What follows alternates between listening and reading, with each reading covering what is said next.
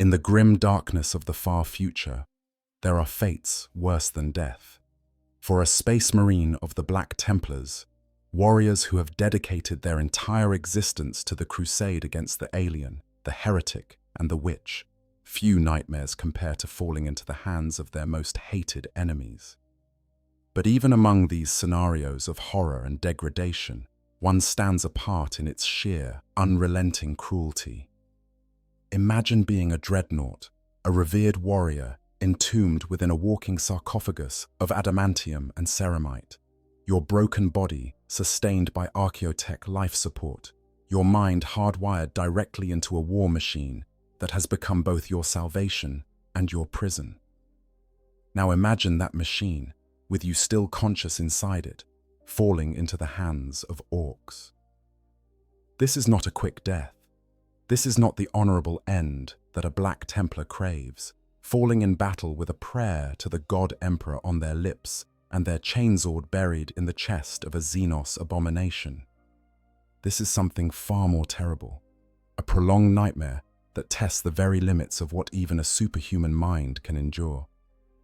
To understand the full horror of this scenario, we need to examine every aspect of what happens when an Ork warband successfully captures a Black Templar's Dreadnought, from the moment of defeat to the eventual fate of the pilot trapped inside. The Dreadnought itself represents one of humanity's most revered technologies, a walking tomb that allows the Imperium's greatest warriors to continue serving even after their bodies have been shattered, beyond any hope of conventional recovery. Inside that armored shell, suspended in amniotic fluid and connected to the machine through countless neural interfaces, floats what remains of a space marine who was deemed too valuable to let die. Their arms are gone, replaced by assault cannons and power fists. Their legs are gone, integrated into the walker's hydraulic systems.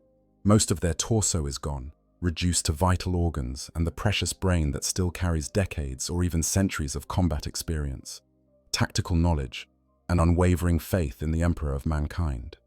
For a Black Templar, this entombment is considered a great honor, a chance to continue the eternal crusade that their chapter has waged for 10,000 years. These warriors do not fear death, but they crave the opportunity to strike down one more heretic, one more alien, one more enemy of humanity before they finally earn their rest. The Dreadnought gives them that chance, transforming them into a walking engine of destruction that can tear through enemy lines like a hurricane of ceramite and fury. But this honor comes with a price that few outside the chapter truly understand. The pilot is trapped, completely and utterly, within their mechanical shell. They cannot leave. They cannot touch or feel anything except through the cold sensation of sensors and targeting systems. Between battles, they are placed in deep cryogenic sleep, a mercy that prevents the psychological torment of endless isolated consciousness from driving them mad. When such a revered machine, with its precious cargo of living warrior inside, falls into enemy hands, the Imperium mourns. When it falls into the hands of Orks, the galaxy itself seems to recoil in horror. Because Orks don't just kill, they loot, they tinker, they modify and improve everything they can get their massive green hands on, tearing apart the sophisticated technology of other races and cobbling it back together into crude but effective weapons that defy all logic and reason. And they do this with a gleeful, almost childlike enthusiasm that makes the desecration all the more terrible. To an Ork, a captured Dreadnought is not a fallen hero to be executed with mercy. It is the ultimate prize, a trophy of incredible value, and a toy of infinite entertainment. The story of what happens when Orks capture a Black Templar's Dreadnought is one of unimaginable suffering, of faith tested beyond all endurance, and of a warrior forced to witness the desecration of everything they hold sacred, while helpless to do anything but scream into the void of their own mind. It is a story that embodies everything that makes Warhammer 40,000 the grim-dark universe that it is, where there is only war, and where sometimes the greatest mercy is the death that never comes. This is that story, told in full, because in the darkness of the 41st millennium, even the honored dead cannot rest easy, and sometimes the machine that was meant to preserve life becomes the cage that prevents a merciful death. Understanding the Black Templars, zealots of the Eternal Crusade. To truly appreciate the horror of what befalls a Black Templar's dreadnought in Ork hands, we must first understand who the Black Templars are and what they represent within the greater tapestry of the Imperium. These are not ordinary space marines, if such a term can ever be applied to the Emperor's angels of death. The Black Templars are zealots in the truest sense of the word, warriors whose faith burns with such intensity that it borders on madness, crusaders who have not rested for 10,000 years and have sworn never to rest until every enemy of humanity has been cast down and destroyed. The chapter's origins trace back to the aftermath of the Horus heresy, that galaxy-spanning civil war that nearly tore the Imperium apart and left the Emperor of mankind entombed upon his golden throne. When the Primarch Robout Guilliman decreed that the surviving Space Marine legions must be broken down into smaller chapters of approximately 1,000 warriors, there was resistance. The Imperial Fists Legion, led by Primarch Rogel Dawn, initially refused to accept this decree.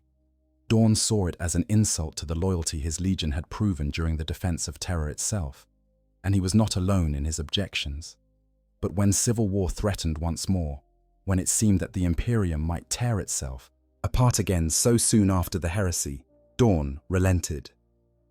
The breaking of the Imperial Fists Legion created several successor chapters, but none embodied the aggressive, crusading spirit of the original Legion more than the Black Templars. Led by Sigismund, the first High Marshal and the man who had served as the Emperor's champion during the Siege of Terra, the Black Templars took their name and their black and white heraldry and set out on the greatest crusade the Imperium had ever seen. Sigismund swore an oath that would define his chapter for the next 10 millennia. He and his warriors would never rest, never establish a fixed homeworld, never cease in their duties until every enemy of the Emperor had been destroyed. That oath has never been rescinded. For 10,000 years, the Black Templars have waged their eternal crusade, splitting into numerous crusade fleets that range across the galaxy, hunting for enemies to destroy. They establish temporary chapter keeps on worlds they conquer, using them as recruitment centers and staging grounds before moving on to the next war, the next battle, the next opportunity to prove their faith through violence. Unlike other chapters that might pause between campaigns, that might spend years or decades in preparation or recovery, the Black Templars simply keep fighting. When one crusade ends, another begins. When one enemy is destroyed, another is sought out. The crusade is everything. The crusade is eternal. This endless warfare has shaped the Black Templars into something unique among Space Marine chapters. They are fanatical beyond measure, viewing the Emperor not merely as their genetic progenitor or the founder of the Imperium, but as the one true god of mankind. This puts them at odds with much of the Adeptus Astartes, who traditionally reject such religious interpretations, but the Black Templars care nothing for such theological debates. To them, the Emperor is divine, and any who deny this truth are simply wrong. This faith manifests in their battle doctrine as well. The Black Templars are renowned for their aggressive close combat tactics, for their absolute refusal to take even a single step backward in battle, for their willingness to throw themselves into the most desperate situations with nothing but faith and fury to sustain them. They also harbor a particular hatred for psychers of all kinds, refusing to maintain librarians within their chapter structure and viewing all psychic powers as dangerous sorcery that borders on heresy. This puts them somewhat at odds with the Imperium's official stance on sanctioned psychers, but once again, the Black Templars care little for such concerns. They have proven their loyalty through 10,000 years of unceasing warfare, and they will not be told that their ways are wrong by those who spend more time in council chambers than on battlefields. Within this context of relentless crusading and fanatical faith, dreadnoughts hold a special place. These are not merely weapons or tools to the Black Templars. They are living relics, ambulatory shrines to the chapter's history and to the warriors who refused to die even when their bodies were destroyed. Every Black Templar's dreadnought carries within it a hero of the chapter, a warrior whose deeds were deemed worthy of preservation, whose experience and wisdom are considered too valuable to lose. When a dreadnought awakens from its slumber between battles, it is treated with the reverence due to a saint. Younger battle brothers seek counsel from these ancient warriors, learning from their centuries or even millennia of experience. Chaplains pray over them and bless their weapons. Tech Marines attend to their systems with the care of priests tending to sacred relics. The pilot inside the dreadnought, though isolated from physical sensation and trapped in a shell of adamantium, remains a full member of the chapter. They are addressed with honor, consulted on matters of strategy, and allowed to participate in the chapter's rituals and ceremonies as much as their mechanical form permits. They are living proof that faith and duty transcend flesh, that a true warrior of the Emperor can continue to serve even when reduced to nothing more than organs and a brain floating in suspension fluid. They embody the Black Templars' core belief that the crusade never ends, that service to the Emperor is eternal, that death itself is merely another obstacle to be overcome in the pursuit of humanity's enemies. This makes the loss of a dreadnought a catastrophe for the chapter. It is not merely the loss of a powerful war machine, though that is significant enough. It is the loss of a brother, a hero, a living connection to the chapter's history.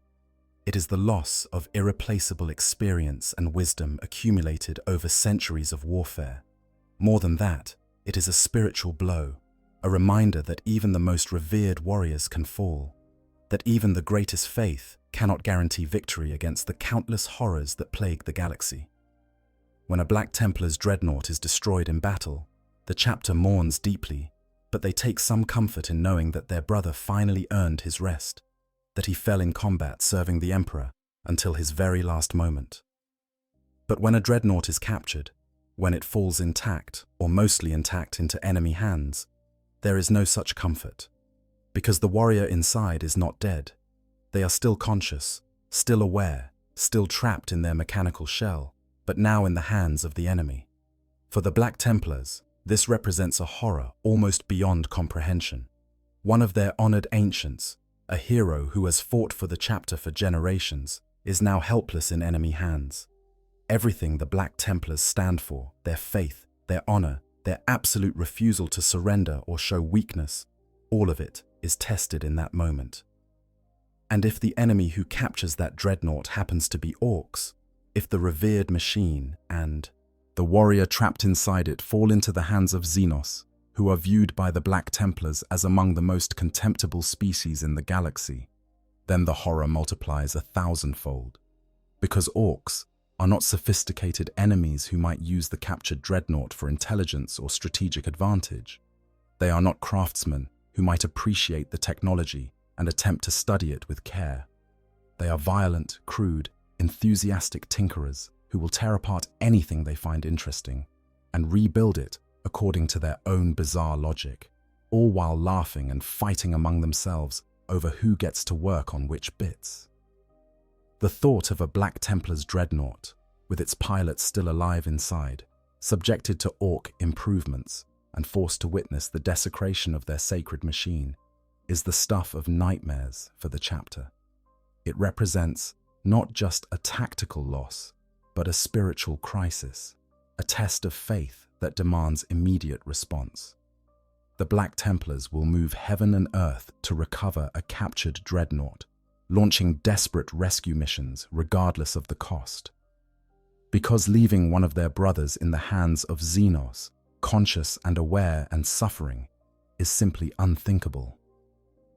It goes against everything the chapter stands for, everything they believe, everything they have fought for across 10,000 years of crusading. This is the foundation of our horror story. This is the context in which we must understand what happens when an Ork warband successfully captures a Black Templar's Dreadnought. It is not merely a warrior being captured.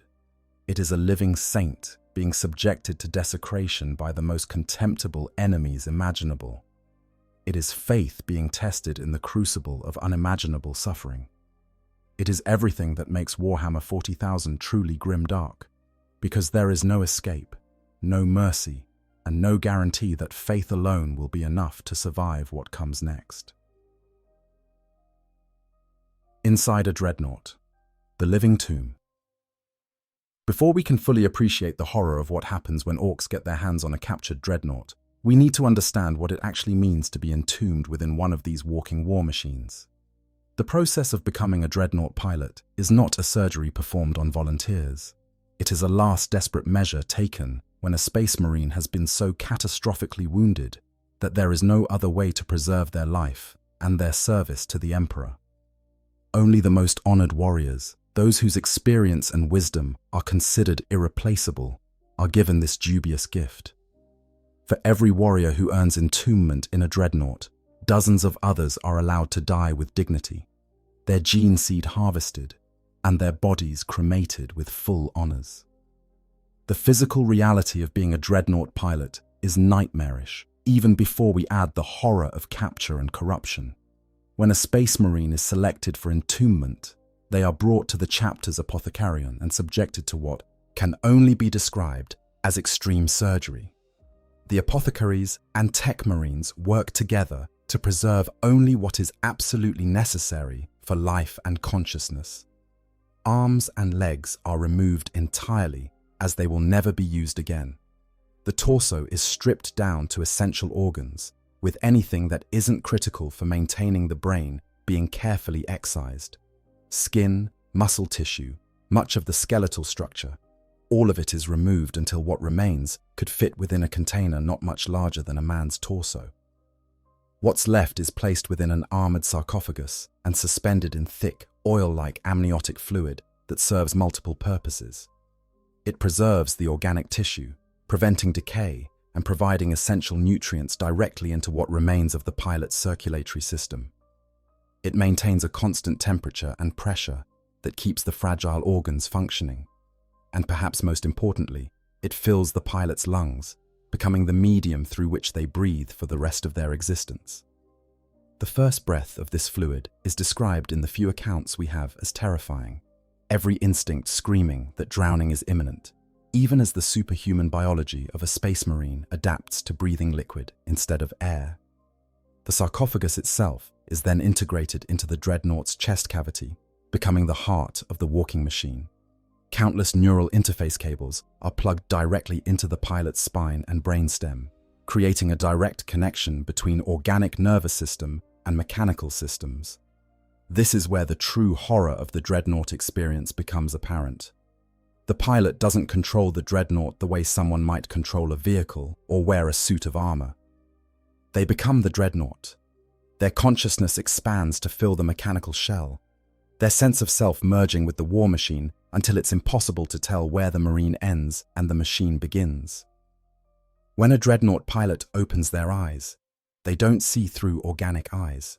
Those are long gone. Instead, their visual input comes from powerful Auspex sensors and targeting systems mounted on the Dreadnought's chassis. The world appears to them as a constantly updating feed of tactical data overlaid on enhanced visual spectrums. They can see in darkness, in smoke, through walls using specialized sensors. They can identify targets by their heat signatures or electromagnetic emissions, but they can never again simply look at a sunrise and appreciate its beauty without seeing it through layers of technological interpretation. Sound becomes a similar experience. The Dreadnought's audio sensors pick up a far wider range of frequencies than human ears, but they translate all sound into digital data before presenting it to the pilot's consciousness. Voices become waveforms and vocal pattern recognition software.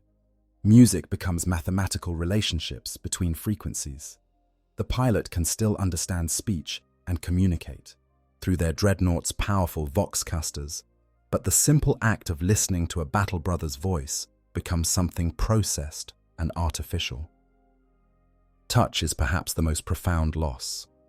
A Dreadnought pilot has no hands to feel with, no skin to sense temperature or texture.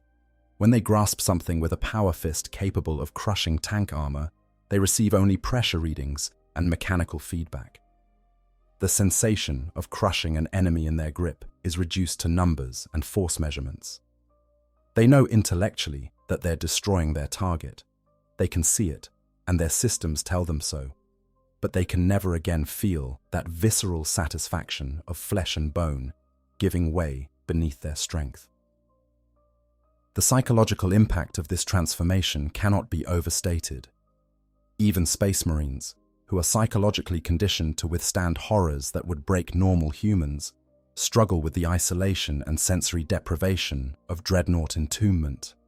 Many pilots go mad in their first few years, their minds unable to reconcile the disconnect between their memories of physical sensation and their new reality of purely technological input. The chapters have developed various methods to help with this, including regular periods of forced sleep between battles, extensive prayers and meditation rituals, and careful monitoring by the chapter's chaplains for signs of mental degradation. But even for those who adapt, who learn to function within their mechanical prisons, there remains an undercurrent of loss and grief that never truly fades. They remember what it was like to walk on their own legs, to feel the weight of armor against their skin, to taste food and drink water and experience all the small physical sensations that made them feel alive. Now they exist in a state somewhere between life and death, conscious and capable but forever separated from the physical world by layers of ceramite, adamantium, and technological interfaces that translate reality into something their brains can process. Sleep, when it comes, is not restful. The Dreadnought's pilots are placed into cryogenic stasis between battles, their consciousness shutting down as the sarcophagus's life support systems enter minimal maintenance mode. This is necessary because the alternative, remaining awake and aware for years or even decades between deployments, would drive even the most stable mind into madness. But stasis sleep is not natural sleep. There are no dreams, no sense of time passing. One moment the pilot is conscious, hearing the chapter's prayers as the stasis protocols activate. The next moment, whether it's been weeks or centuries, they're being awakened with no sense of how long they've been asleep or what has happened in the intervening time. This creates a peculiar psychological state where Dreadnought pilots begin to lose track of linear time. They exist in a series of present moments, separated by voids of unconsciousness. They remember their past, their time as a flesh and blood warrior, but those memories become increasingly distant and unreal as the centuries pass.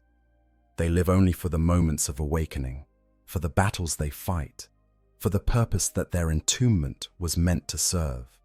Everything else, the long empty periods of stasis, the awareness that their brothers age and die while they sleep, the gradual erosion of their sense of self, all of this becomes background noise to the singular focus of combat.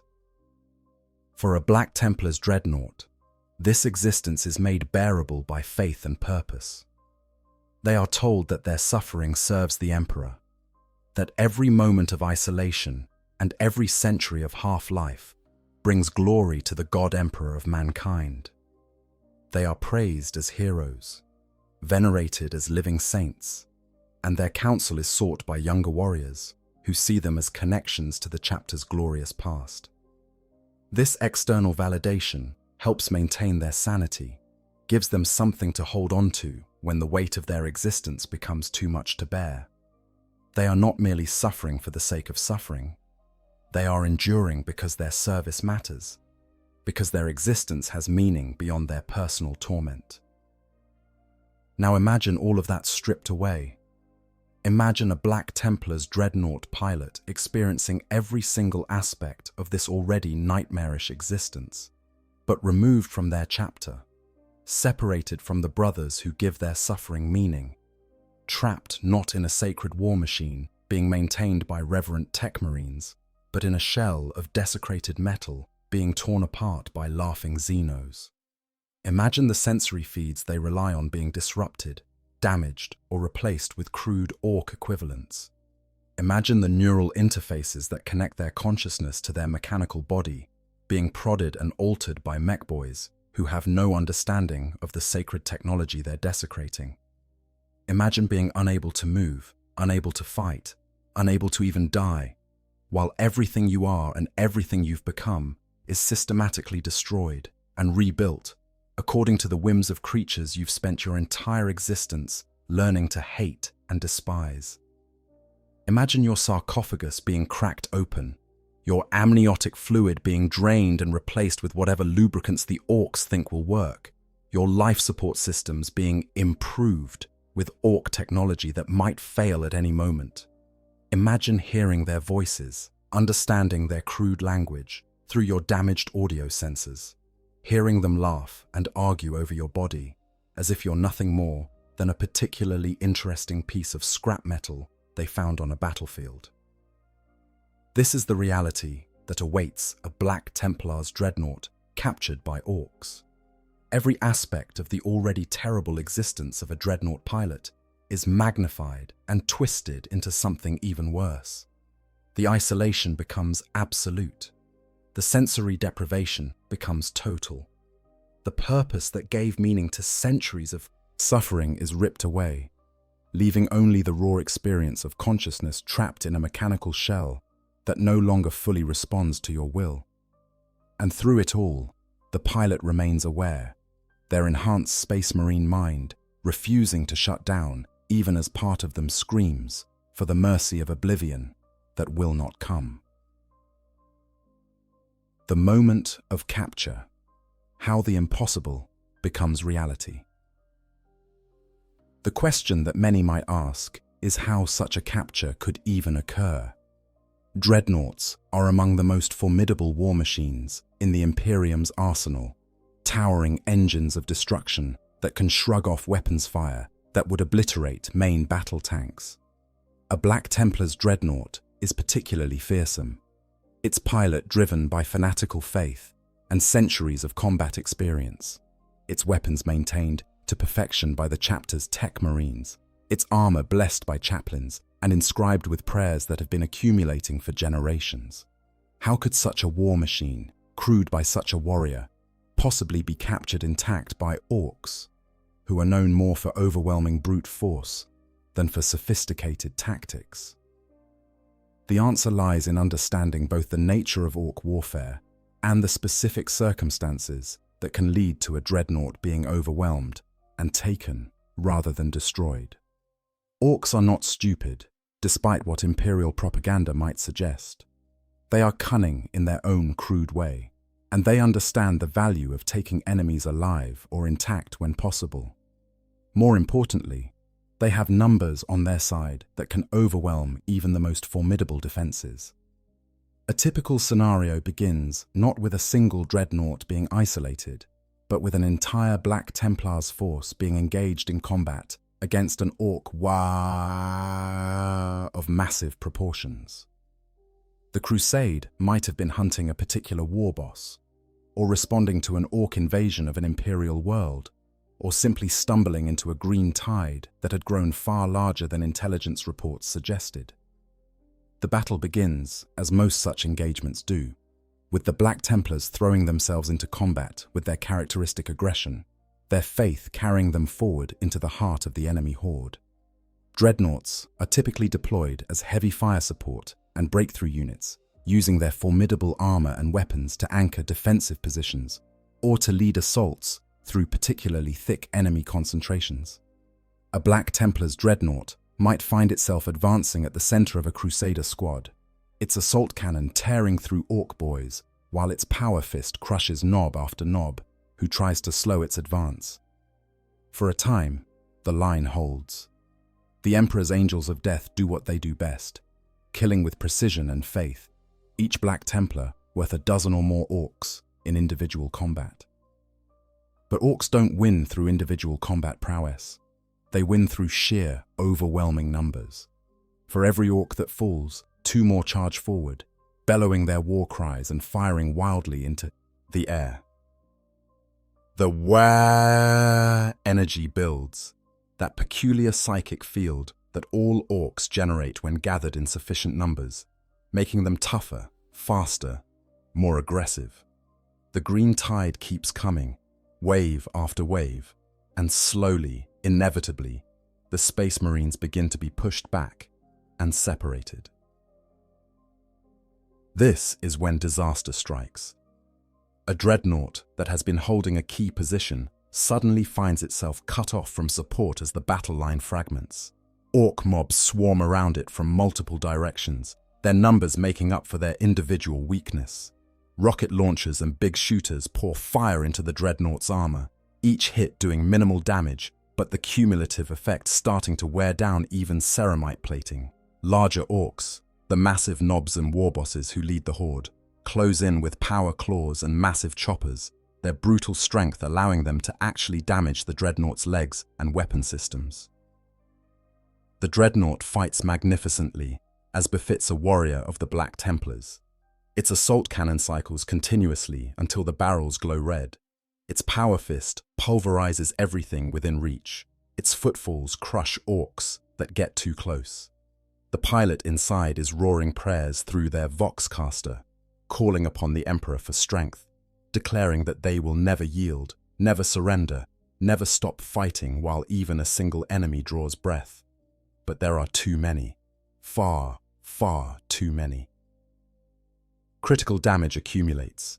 A lucky shot from a rocket launcher strikes one of the dreadnought's leg joints, damaging the hydraulics and causing the great machine to stagger.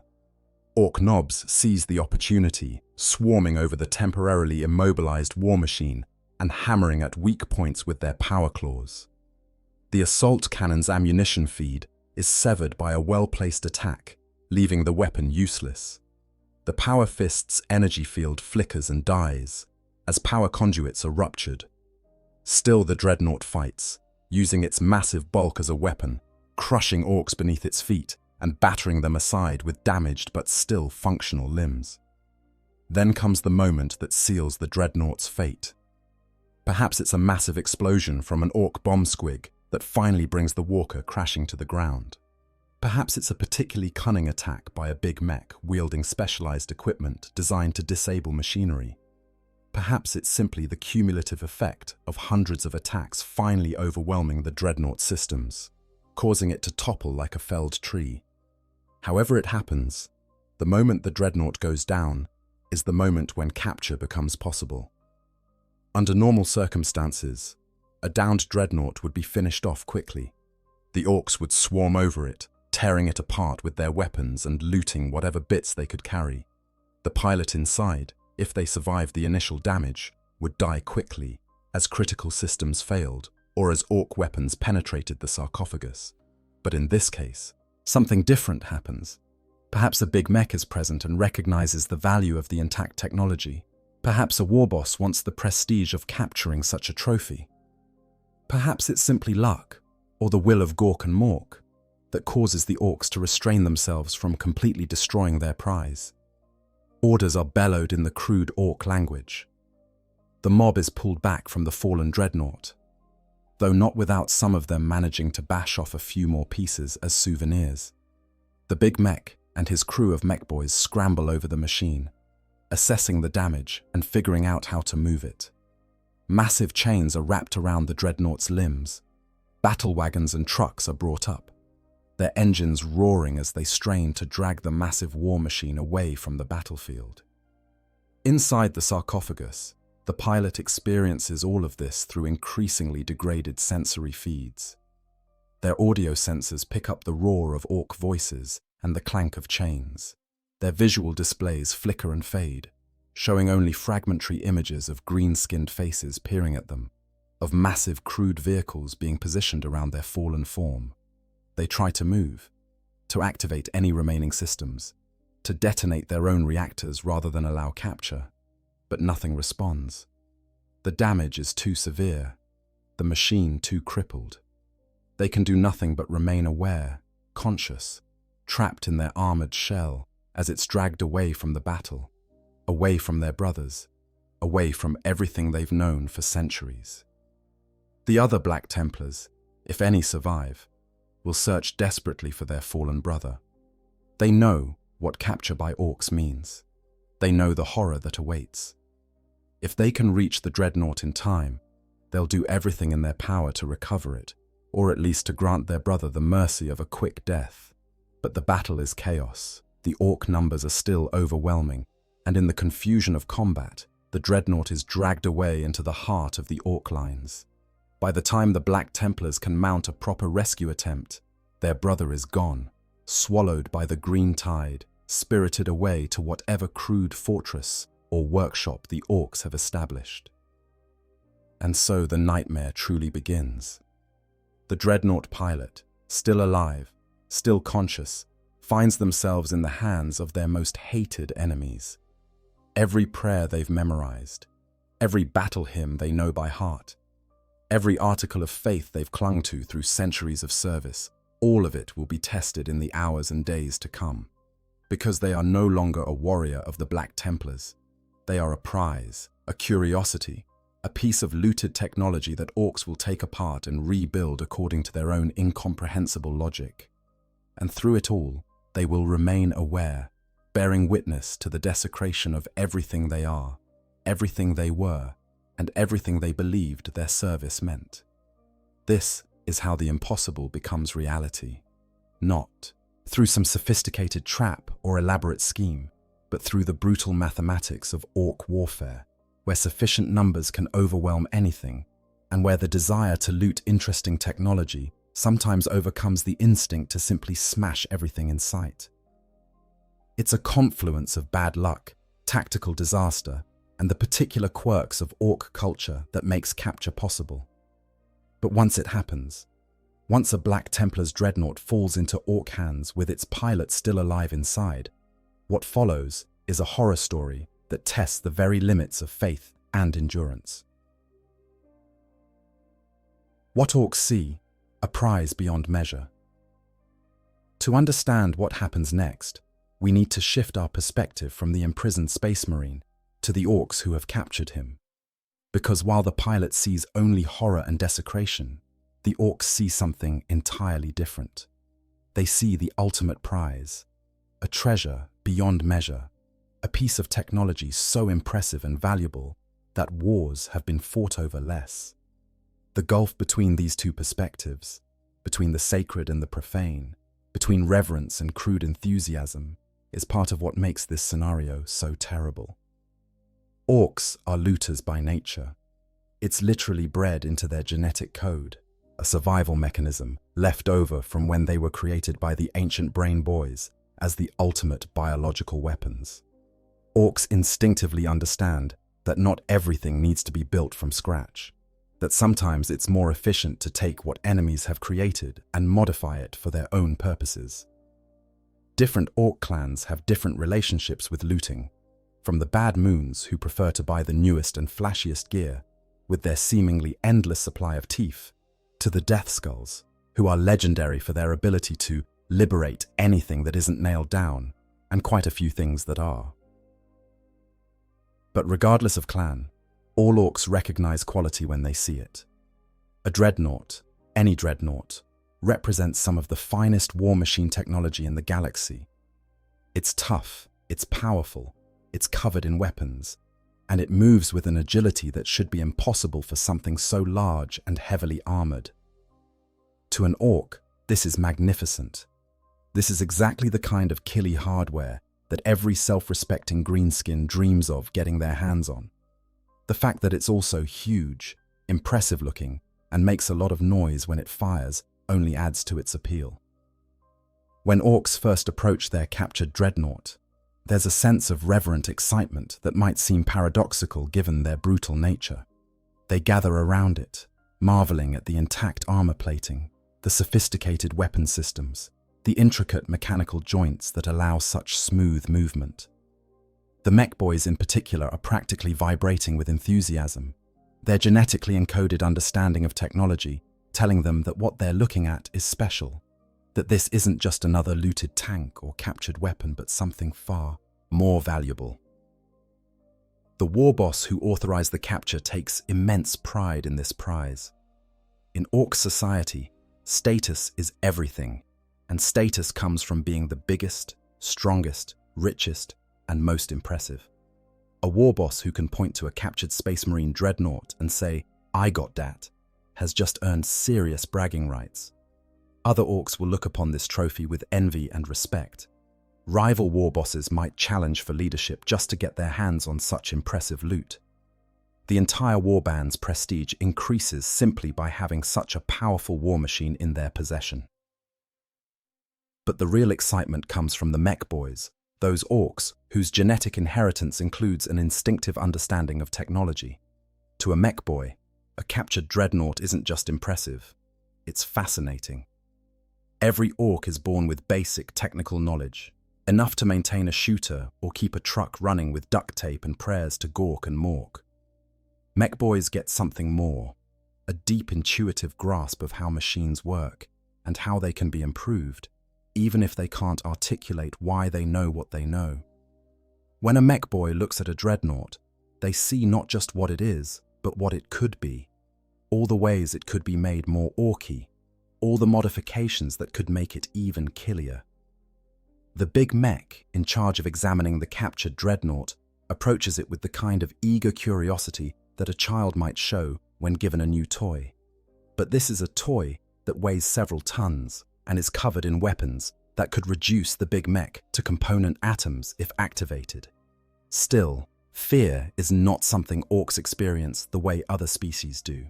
They understand danger intellectually, but their response to danger is typically to laugh and charge forward anyway. The big mech circles the fallen war machine, studying its design, noting the placement of weapons and sensor arrays, examining the damaged areas to see what broke and why. Then comes the moment that changes everything. Because Orcs, for all their crude enthusiasm, aren't stupid. The big mech and his assistants begin the process of examining their prize more carefully, looking for power sources, trying to understand how it all fits together. And at some point, probably while tracing power conduits or looking for the machine's brain, they discover the sarcophagus. They discover that this isn't just a machine or a robot. There's something organic inside it, something still living, something that appears to be controlling the whole system. The reaction to this discovery varies depending on the Orcs involved. Some might be confused, not understanding why someone would put meat inside a perfectly good war machine. Others might be impressed, recognizing this as a very Orky solution to the problem of how to make a machine fight with the cunning of a living warrior. The big mech, however, recognizes this discovery for what it really is. This isn't just a captured machine. This is a captured machine with a living, presumably conscious pilot still inside it. The implications of this are enormous.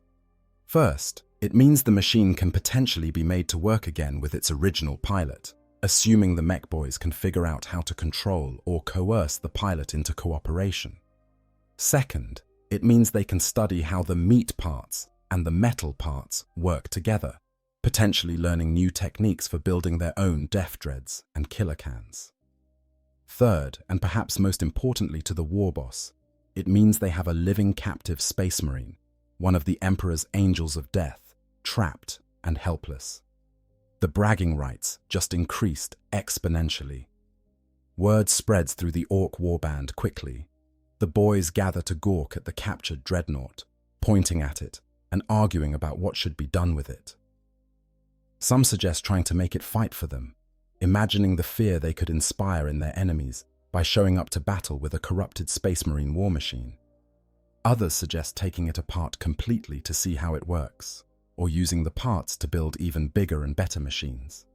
A few of the more violent Orcs suggest simply killing whatever's inside and mounting the empty armor as a trophy, but they're quickly shouted down by those who recognize that keeping it alive is much more impressive. The war boss makes the final decision, and in this case, the desire to possess such an impressive and functional trophy wins out. The Dreadnought will be taken to the warband's workshop, where the big mech and his crew will be given free rein to examine it, modify it, and attempt to make it operational under Ork control. If they can figure out how to make the machine work without destroying it in the process, the war boss will have the most impressive weapon in his arsenal. If they can't, well, at least they'll learn something and have fun trying. The cruel irony is that the Orks don't see any of this as torture or desecration. To them, this is exciting, this is interesting, this is exactly what you're supposed to do with valuable loot. They have no concept of the sacred nature of what they're defiling, no understanding of what the Dreadnought means to the Black Templars, or what horror the pilot inside must be experiencing. To the Orks, this is just a really great piece of scrap that they're going to improve and make more orky. The fact that there's a still living space marine trapped inside is a bonus, a fascinating technical challenge rather than a source of moral concern.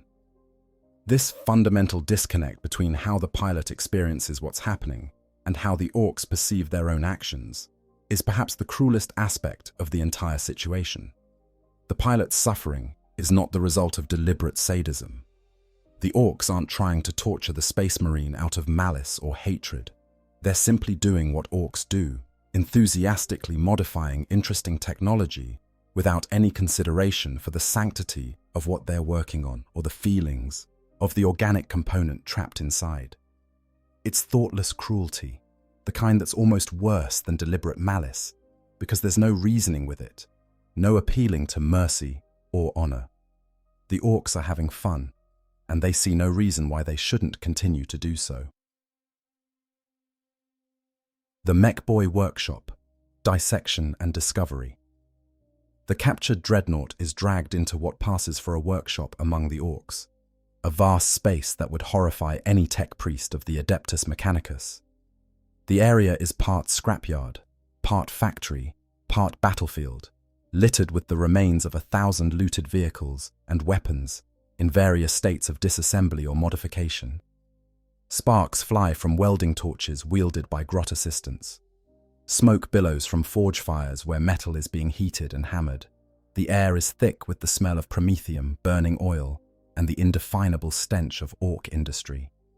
The Dreadnought is positioned in the center of this chaos, surrounded by mech boys who are already arguing about where to start their examination.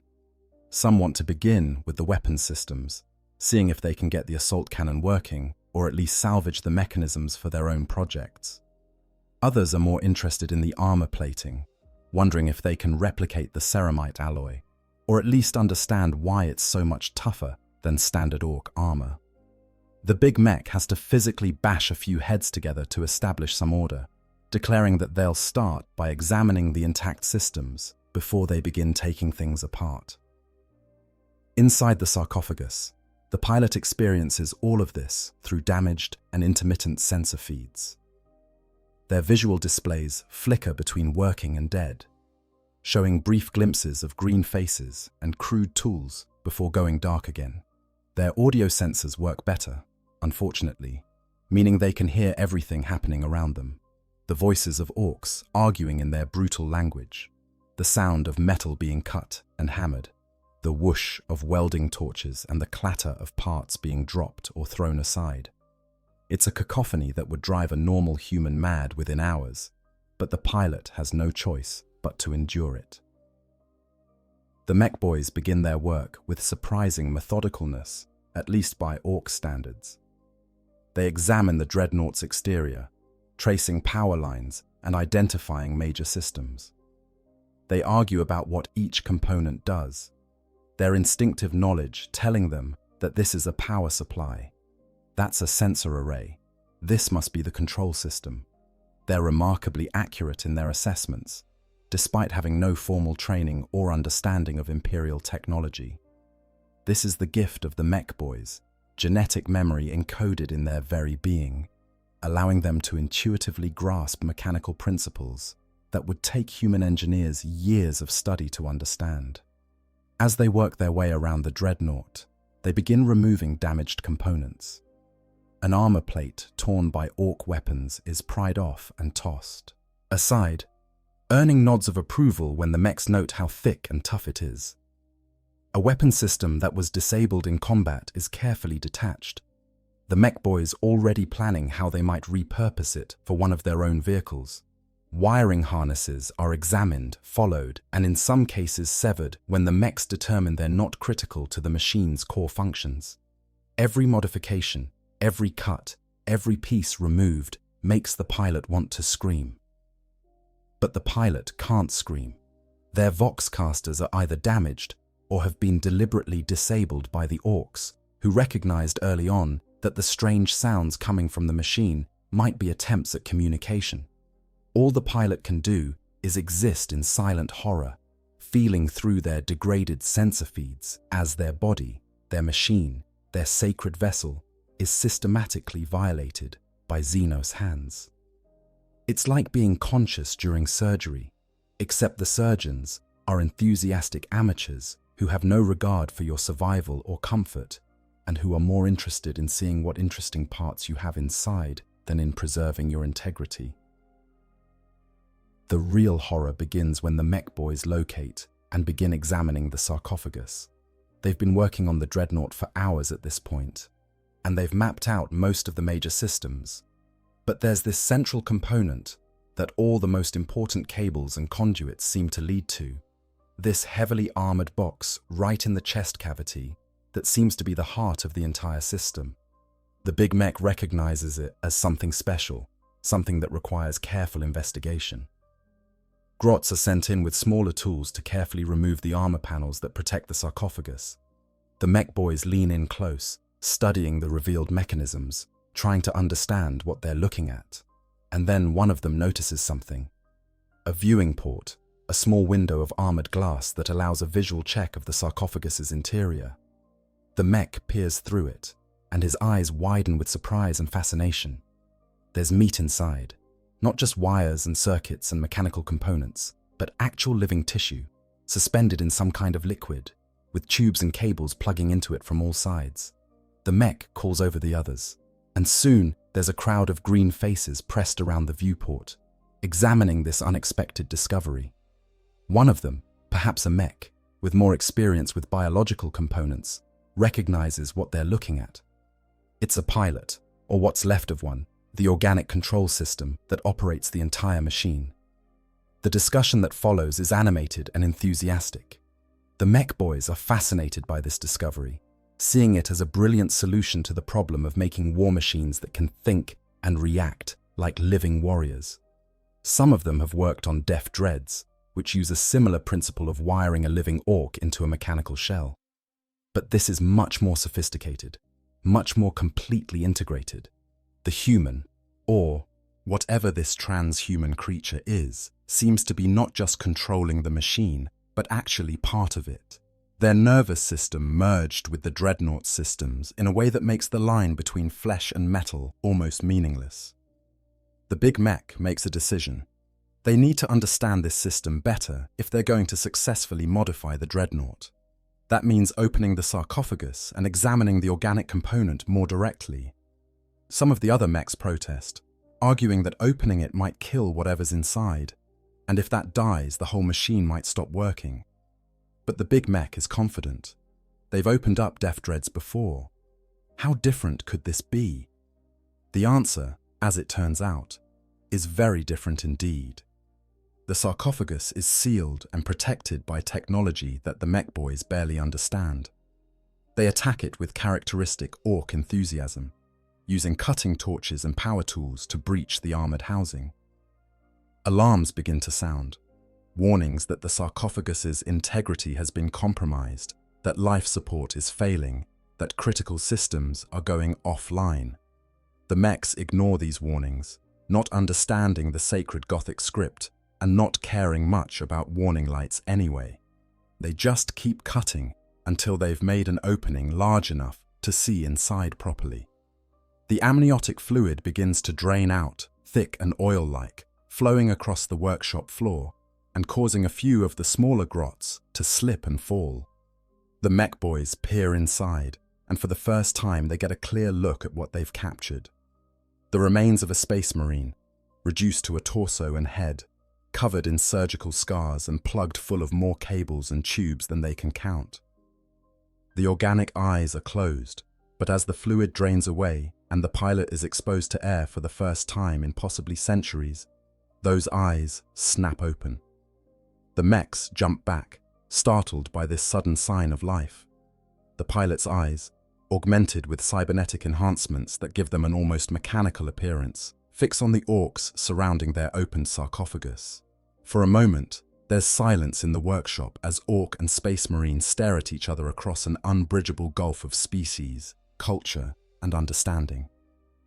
Then the pilot's mouth opens, their atrophied vocal cords, unused for centuries because they've been communicating only through Vox systems, attempt to form words.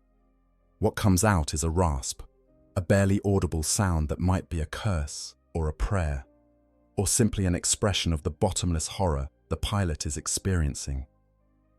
The Orks lean in closer, trying to hear what the Space Marine is saying.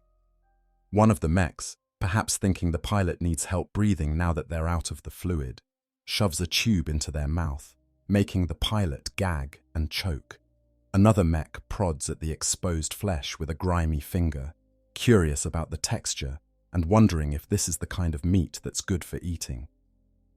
The pilot tries to turn their head away, but they can't. The neural interface cables are still plugged into their spine and brain, anchoring them in place. They can't close their eyes to block out the sight of orc faces leering down at them. They can't hold their breath to avoid the stench of orc bodies and workshop chemicals. They can't even pass out, their Space Marine physiology and the stimulants in their system keeping them conscious despite the traumatic violation of their sarcophagus being breached. All they can do is remain awake and aware as the mechs begin their detailed examination of the organic component of their prize. The big mech, now understanding that the pilot is definitely still alive and conscious, is even more excited. This means they might be able to get the machine working with its original pilot, assuming they can figure out the control systems. He orders the other mechs to be careful, to avoid damaging the organic parts too much, at least until they understand what each part does. The examination continues, but now with the pilot forced to feel every prod, every measurement, every discussion of whether this tube or that cable could be safely removed or modified. Hours pass in this nightmare state. The pilot experiences sensations they haven't felt in centuries, but they're all terrible. The touch of orc hands on their exposed flesh, the ache of muscles that have atrophied from disuse being shifted and moved, the pressure of tools being used to take measurements or test reactions, the cold air on skin that's been submerged in warm amniotic fluid for longer than most humans live. And through it all, they remain conscious, their mind racing through prayers and battle hymns and curses, finding no comfort in any of them because there's no context left for comfort. There's only the moment-to-moment experience of violation and the growing certainty that this horror may last for a very, very long time. The pilot's torment, aware and helpless. To truly understand the depth of horror that the captured Dreadnought pilot experiences, we need to examine their mental state throughout this ordeal. This is not a normal prisoner of war situation. This is not even the typical nightmare scenario of being captured and tortured by enemies. This is something far more existentially terrible, a situation that strips away every defense mechanism the human or transhuman mind possesses for dealing with trauma. The pilot has been a Black Templar for decades before their injury, and a Dreadnought pilot for possibly centuries afterward. Their entire identity is built around 3 pillars: faith in the God Emperor, service to their chapter, and the certainty that they are a weapon of divine wrath wielded against the enemies of humanity. They have spent their entire existence both as a flesh and blood Space Marine and as an entombed warrior in the company of their battle brothers, surrounded by prayer and ritual and the constant reinforcement that their suffering has meaning, that their sacrifice serves a greater purpose. Now all of that is gone. They are separated from their chapter, ripped away from the faith community that gave their existence meaning.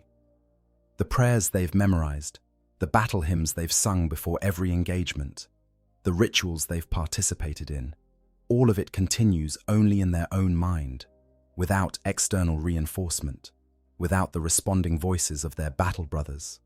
For the first time in possibly centuries, they are truly alone with their thoughts, and those thoughts are spiraling into darkness. The physical experience is terrible enough. Their sarcophagus has been breached, their protective amniotic fluid drained away, their flesh exposed to open air, and Xenos touch for the first time since their entombment. But the Space Marine body is designed to endure physical trauma. The pilot's organs are superhuman, capable of surviving damage that would kill normal humans. Their pain receptors are moderated by psycho-conditioning that allows them to continue functioning even under extreme duress. The physical sensation of being poked and prodded by orc fingers is unpleasant, but it's not what's breaking them.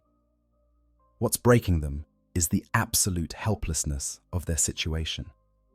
They cannot move.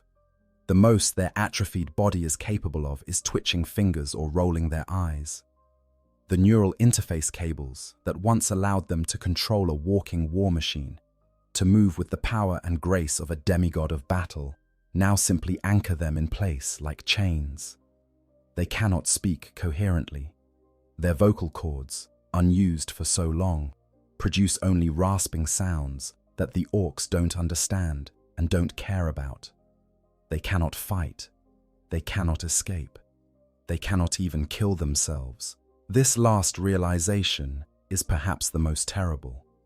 Death, the final release, the reward for faithful service, is denied to them. A normal prisoner might bite their tongue, or hold their breath, or find some other way to end their suffering. The pilot has none of these options. Their superhuman biology won't let them suffocate themselves even if they could hold their breath, which they can't reliably do anymore. They have no teeth left to bite with, those having been removed during the surgical process of entombment. They can't struggle hard enough to tear their own flesh on the neural cables or cause fatal damage to their organs.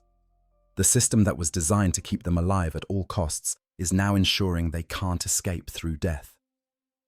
The psychological impact of this realization sends the pilots spiraling deeper into despair. They begin to understand, with terrible clarity, that they may be trapped in this state indefinitely. The orcs show no interest in killing them. Why would they? The living pilot is what makes their prize so valuable, so interesting. As long as the organic component survives, the mechs can continue studying it, learning from it, potentially figuring out how to make it work for them. The pilot's continued existence is guaranteed by the very life support systems the orcs are now examining and modifying. Faith becomes both refuge and torment. The pilot retreats into prayer, reciting the litanies and creeds they've memorized over their long service. But without the reinforcing presence of their battle brothers, without the physical rituals and ceremonies that grounded their faith in action, the prayers feel hollow. They wonder if the Emperor can even hear them anymore, cut off as they are from everything they've known, trapped in the hands of Xenos who are defiling the sacred machine that was meant to be their honored tomb. They wonder if this suffering is a test, a trial they must endure to prove their faith, or if it's a punishment for some failure they don't remember or understand. Doubt creeps in, that most terrible enemy of the Zealot. The Black Templars pride themselves on their absolute, unshakable faith. They have no room for questions or uncertainties. They know the Emperor is divine. They know their crusade is righteous. They know their suffering serves a higher purpose. But how does one maintain that certainty when everything they believed about their purpose has been stripped away? When they cannot fight, cannot serve, cannot even die with honor? The pilot fights against these doubts as fiercely as they once fought against enemies on the battlefield. But it's a losing battle. The isolation, the helplessness, the sheer grinding horror of their situation wears away at their certainty, like water wearing away stone. Memories become torture of a different kind. The pilot remembers their life before entombment. They remember what it felt like to walk on their own legs, to grip a chainsword with their own hands, to feel the weight of their armor and the connection with their battle brothers in the heat of combat. They remember the simple sensations of breathing air instead of liquid, of tasting food and water, of feeling sun or rain on their skin. All of these memories, once treasured as reminders of what they'd sacrificed in service to the Emperor, now feel like ghosts mocking them from an irretrievably lost past.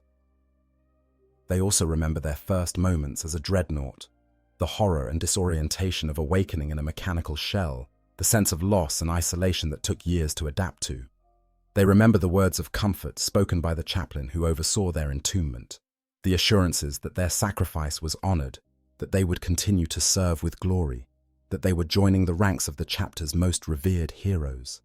They remember believing those words, finding comfort in them, drawing strength from them for centuries of half-life spent in service to the crusade. But now those comforts feel like lies, or at least cruel jests. Where is the honor in being torn apart by Xenos? Where is the glory in being helpless and exposed, poked at by creatures they've spent their existence learning to hate? Where is the continued service when they cannot lift a weapon or speak a prayer loud enough for others to hear? The narrative they've built their entire post-entombment existence around, the story that made their suffering bearable, has collapsed. They're left with only the raw experience of torment, with no framework for making sense of it. Time becomes meaningless in a new and terrible way. As a dreadnought pilot, the pilot was used to time being fractured, broken up into periods of wakefulness, separated by long stretches of stasis sleep. But there was a rhythm to it, a structure. They would be awakened for a purpose, for a battle or a council, and then return to sleep once their service was complete. Now they're simply awake, continuously conscious, with no indication of how long they've been in this state or how much longer it might continue. Hours blur into days, blur into periods of time that might be weeks or might be only more hours. There's no way to tell, no external markers to judge by, only the endless procession of orc faces and the sounds of the workshop and the persistent ache of their exposed and violated body. The pilot begins to fragment psychologically. They experience periods where they dissociate completely, their consciousness retreating into itself and leaving only the most basic awareness to process the external horror. They have conversations with people who aren't there, with battle brothers who are either dead or far away, or perhaps never existed outside their own increasingly unreliable memory. They hear voices that might be the Emperor speaking to them directly, or might be signs of the madness that they've always feared would eventually claim them. They can't tell anymore, and the uncertainty is its own kind of torture. In their more lucid moments, the pilot tries to plan escape or resistance, but every plan falls apart against the reality of their helplessness. They think about trying to will their heart to stop, to simply stop fighting and let death take them. But their space marine physiology betrays them. They think about trying to communicate with the orcs, to perhaps bargain or threaten or manipulate them into ending this. But they can't speak clearly enough, and the orcs wouldn't understand or care anyway. They think about trying to trigger some failsafe or self-destruct mechanism, but all such systems are either damaged or require control inputs they can no longer make. The worst moments come when the mechs accidentally or deliberately cause pain that the pilot's conditioning can't moderate. A tool pressed against exposed nerves, sending fire racing through their awareness. A cable yanked or adjusted, disrupting their already damaged sensory feeds and causing cascading neural feedback. The sensation of their own muscles spasming involuntarily as the orcs test various inputs and systems. These moments of acute physical agony are almost a relief in their intensity, giving the pilot something concrete to focus on, something other than the endless psychological horror of their situation.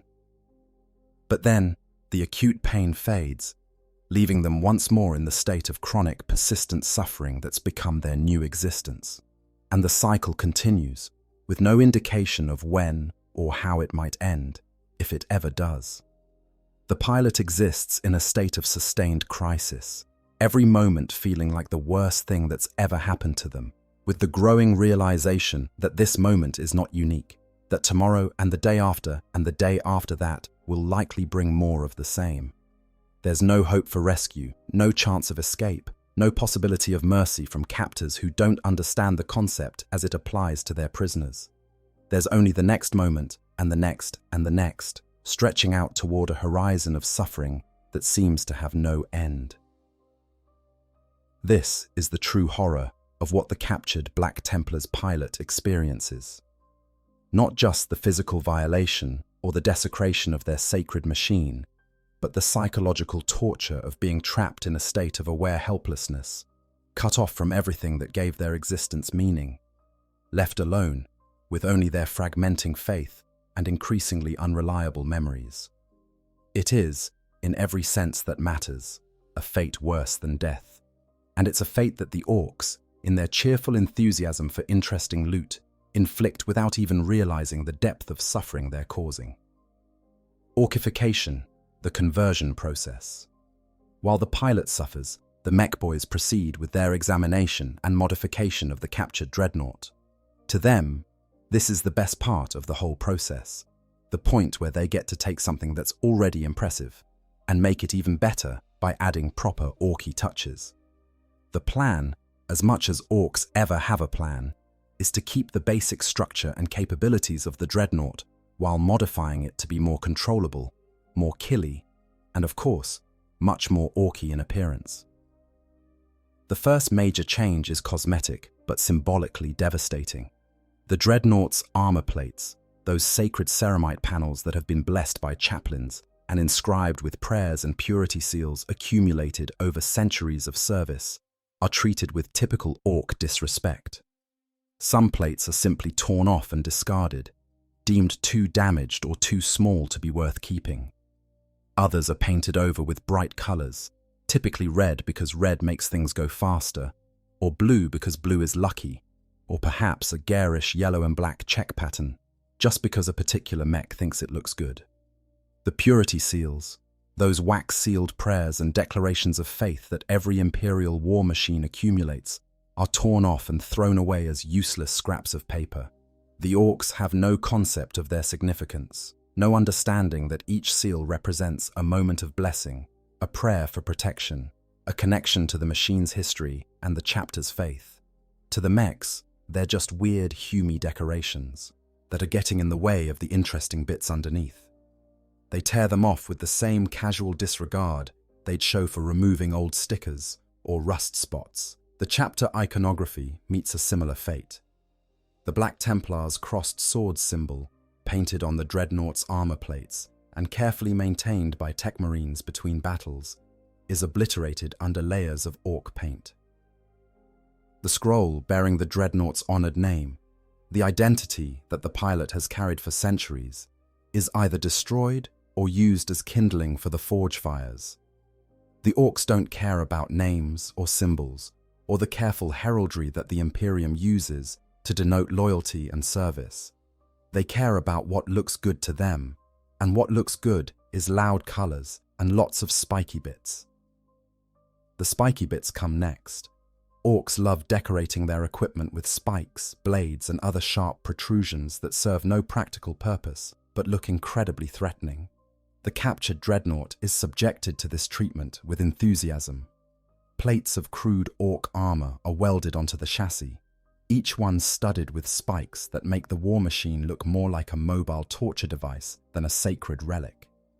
Chains are added, hanging from various points and clattering as the machine moves, because Orks think chains look tough and impressive.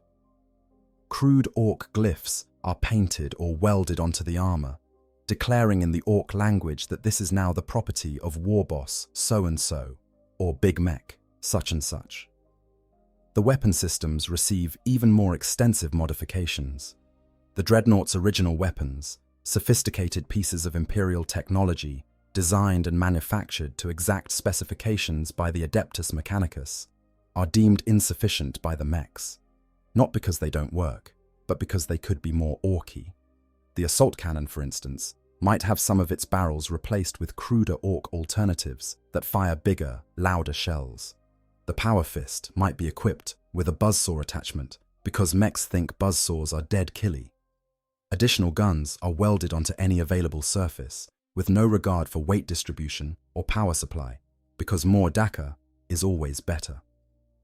The modifications are held together by welds, rivets, and liberal applications of what the Orks call more glue, which appears to be some kind of industrial adhesive mixed with hope and the psychic gestalt field that all Orks generate. By all rights, these crude additions should make the Dreadnought less functional, adding weight without proper structural support, disrupting carefully calibrated systems with random modifications, and generally turning a precision war machine into a rattling death trap. But this is where Ork technology defies logic. Because enough Orks believe the modifications will work, because the mech boys have an intuitive understanding that translates into subconscious, psychic manipulation of probability, the modified Dreadnought actually becomes functional. Again, even if it's functional, in ways that would horrify any tech priest. The pilot experiences all of this through their degraded and intermittently functional sensor feeds.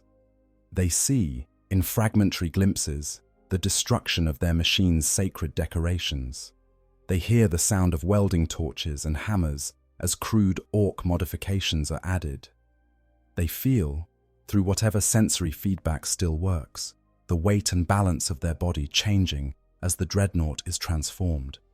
Each modification is a fresh wound, a new desecration, a further departure from the sacred vessel that was supposed to honor their sacrifice.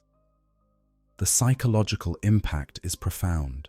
The Dreadnought wasn't just a machine to the pilot, it was their body, the form they'd worn for centuries, the vehicle through which they served the Emperor. Watching it being destroyed and rebuilt according to Ork aesthetics feels like watching someone perform crude surgery on their flesh, cutting away parts and replacing them with inferior grafts. The pilot wants to scream, to rage, to do anything to make the desecration stop. But they can only witness it, helpless and horrified, as their honored tomb is transformed into an Ork war machine. The mechs also attempt to modify the control systems, trying to figure out how to make the Dreadnought respond to Ork inputs, rather than relying on the captured Space Marine pilot. This involves a lot of trial and error, with cables being rerouted, new control mechanisms being crudely welded in place, and various experiments being conducted to see what happens when different systems are activated. Some of these experiments cause feedback through the neural interface, sending random signals into the pilot's nervous system. The pilot experiences phantom sensations, their mind interpreting these random signals as movement or sensation or pain. At times, the Orks accidentally trigger systems that should be under the pilot's conscious control. The Dreadnought's remaining weapons might suddenly power up, its legs might try to move, or its sensor arrays might sweep across the room without the pilot willing any of it to happen. This is deeply disturbing to the pilot, who feels their control over their own body being stripped away. It's bad enough being helpless. It's worse to feel their mechanical body moving or acting without their consent, operated by Xenos who have no right or authority to touch it. The mechs eventually install what they call a control box, a crude Ork device that's supposed to allow an Ork pilot to operate the Dreadnought. It's connected to the existing neural interface systems through a bewildering tangle of wires and connectors that look like they should never work. The control box has a few large buttons, some levers, and what appears to be a steering wheel, because the mech who designed it thought steering wheels looked good. There's no finesse to this control system, no subtlety. It's meant to provide basic commands like walk, forward, shoot guns, and punch things, which is really all an Ork pilot would need or want. The final modification is perhaps the most symbolically terrible. The Orks paint a crude grinning face on the front of the Dreadnought's chassis, right where the chapter heraldry used to be. It's a typical Ork face, all teeth and aggression, painted in bright colors that clash with everything else. To the Orks, this is the finishing touch, the thing that marks the machine as properly Orky and ready for battle. To the pilot, it's the ultimate humiliation, their honored vessel turned into a grotesque mockery, wearing a savage grin.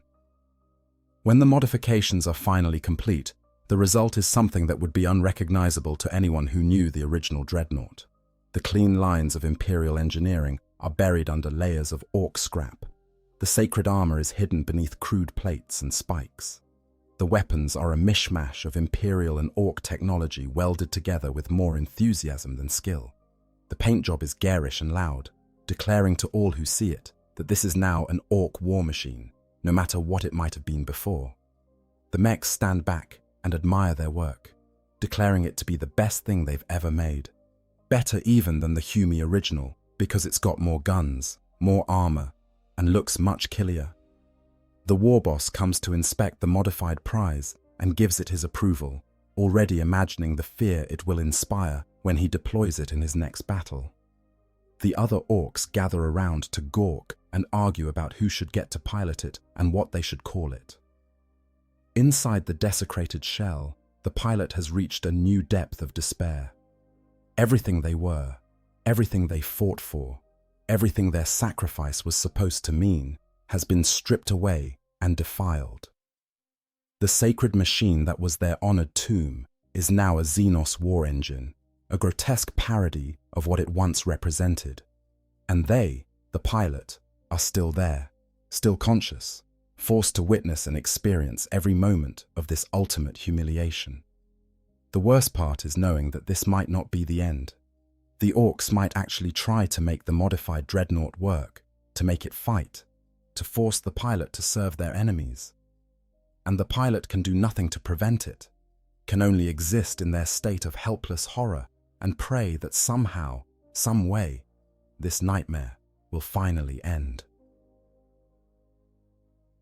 Attempted activation. When Orks try to use it, the modified Dreadnought is complete, at least by Ork standards.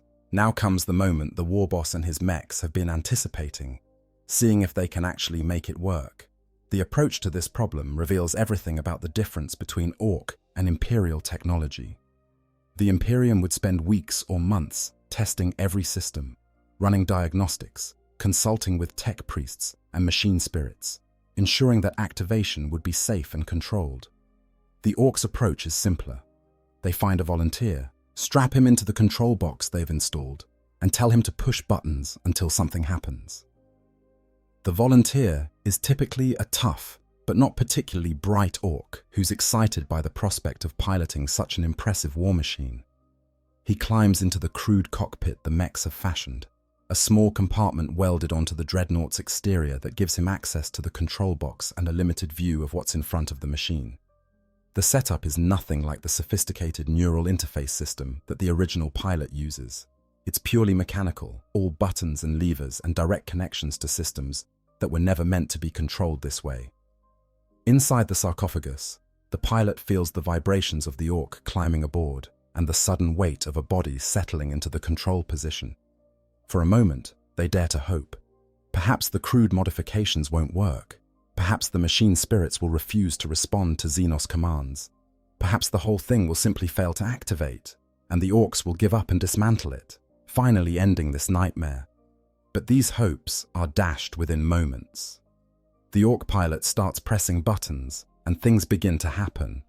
Power flows through circuits that have been inactive since the capture. Hydraulic systems pressurize with a whine of servos coming back online. The Dreadnought's legs, which have been locked in place, suddenly have power flowing to them. The pilot feels all of this through their neural interface, feels their body waking up, but not under their control. It's like being a passenger in their own form, aware of every movement, but unable to influence any of it. The first attempts at movement are catastrophically bad. The Ork pilot has no finesse, no understanding of the delicate balance required to make a Dreadnought walk smoothly. He pushes a lever forward, expecting the machine to move forward, and the Dreadnought lurches violently, nearly falling over.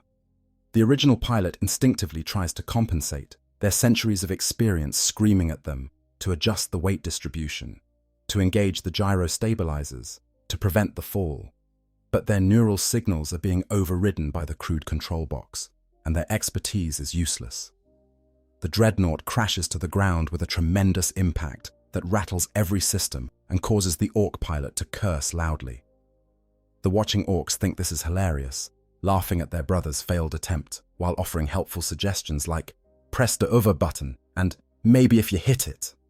The big mech rushes forward, checking for damage, while the Ork pilot climbs out, embarrassed but undaunted. He climbs back in, determined to figure this out, and tries again. This time he manages to get the Dreadnought standing, though the posture is all wrong, the weight distribution terrible, the balance precarious. He tries to make it walk, pushing and pulling various controls in what seems to him like the right combination. The Dreadnought takes a step, then another, each one lurching and unsteady, nothing like the smooth, powerful stride it once had. The original pilot experiences this as a kind of torture, feeling their body move in ways that are clumsy and wrong, that violate everything they know about how this machine is supposed to operate. The Ork pilot, growing more confident, tries to make the weapons fire. He pushes buttons and pulls triggers, and suddenly the Dreadnought's weapon systems come online. The assault cannon begins to spin up, its barrels rotating, power building. The pilot inside the sarcophagus feels this happening and experiences a moment of true panic.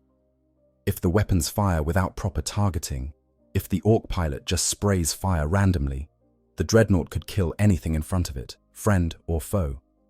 The pilot tries desperately to override the weapon systems, to prevent what they know is coming, but they have no control. The assault cannon fires, unleashing a storm of shells in a wide, uncontrolled arc. The Orks in the workshop scatter, diving for cover as rounds chew through the walls and equipment. Several grots are caught in the fire, reduced to red mist.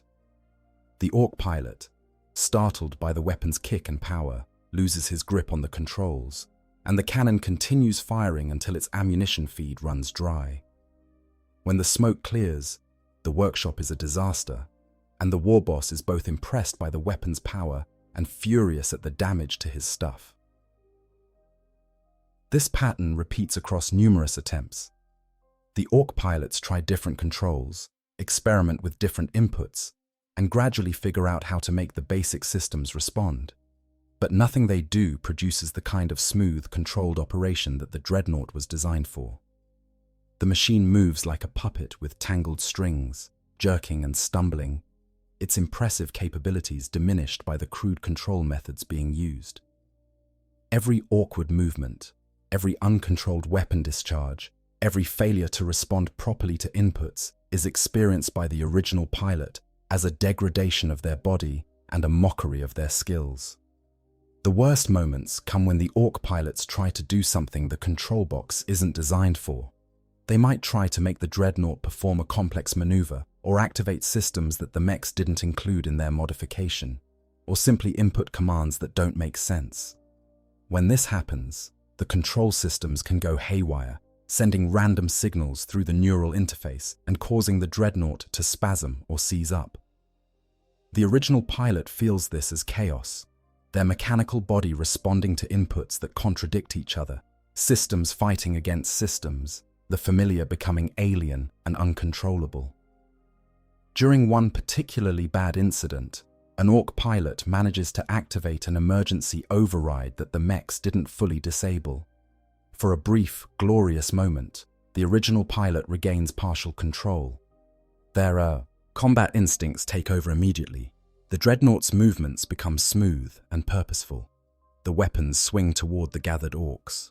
The pilot, seizing this unexpected opportunity, tries to kill as many of their captors as possible before the moment passes. The assault cannon's remaining ammunition is expended in a carefully aimed burst that cuts down several Orks. The power fist swings with precision, crushing a mech who's standing too close. But the moment passes quickly. The mechs, realizing what's happening, rush to shut down the Dreadnought's power supply. The machine freezes mid-attack, weapons going silent, body locked in a combat stance. The pilot feels the controls slipping away, feels themselves being forced back into passive observation. The brief taste of agency, of being able to fight back, makes the return to helplessness even more bitter. The Orks, after checking their casualties, declare that the control box needs more work. They drag the Dreadnought back to the workshop, and the modifications begin again. This incident also teaches the Orks that they need to be more careful. The Space Marine inside is clearly capable of taking control if given the opportunity, which makes the machine dangerous to them. The Big Mech designs new systems meant to keep the original pilot completely locked out, to ensure that only Ork commands can operate the Dreadnought. These new systems are crude but effective, adding more layers of override circuits that intercept the pilot's neural signals and prevent them from reaching the Dreadnought systems. The installation of these new systems is its own nightmare. The mechs need to access the neural interface connections, which means getting very close to the pilot's exposed flesh. They poke and prod at the cable connections, sometimes yanking them or adjusting them, causing feedback that sends pain and confusion through the pilot's awareness. At one point, a particularly careless grot assistant actually disconnects one of the main interface cables completely, and the pilot experiences a moment of total sensory deprivation, cut off even from the damaged feeds they'd been receiving. When the cable is reconnected, the rush of returning sensation is almost as bad as its loss. Eventually, through trial and error and multiple disasters, the Orks get the system working well enough for their purposes. An Ork pilot can now make the Dreadnought walk, run, and fire its weapons with reasonable reliability, though never with the skill and precision that the original pilot could achieve. The modified machine is deployed in a test battle, arrayed against some unfortunate Imperial outpost, and performs adequately enough that the war boss declares himself satisfied with his prize. The original pilot experiences this battle as pure horror. They feel their body being used to kill humans, feel the Dreadnought's weapons cutting down Imperial guardsmen, feel the power fist crushing the life out of a soldier who never had a chance against such overwhelming force. They want to resist, to refuse to cooperate, but their resistance means nothing. The control systems force their body to move, force their weapons to fire, regardless of their will. They're not even a passenger anymore.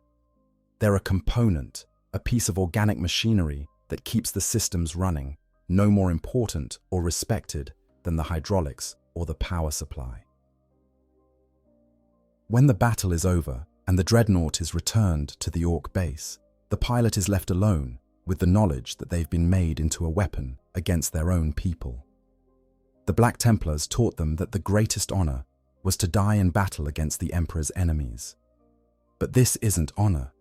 This is being forced to be the enemy, to carry Xenos warriors into battle, to serve the very creatures they swore to destroy.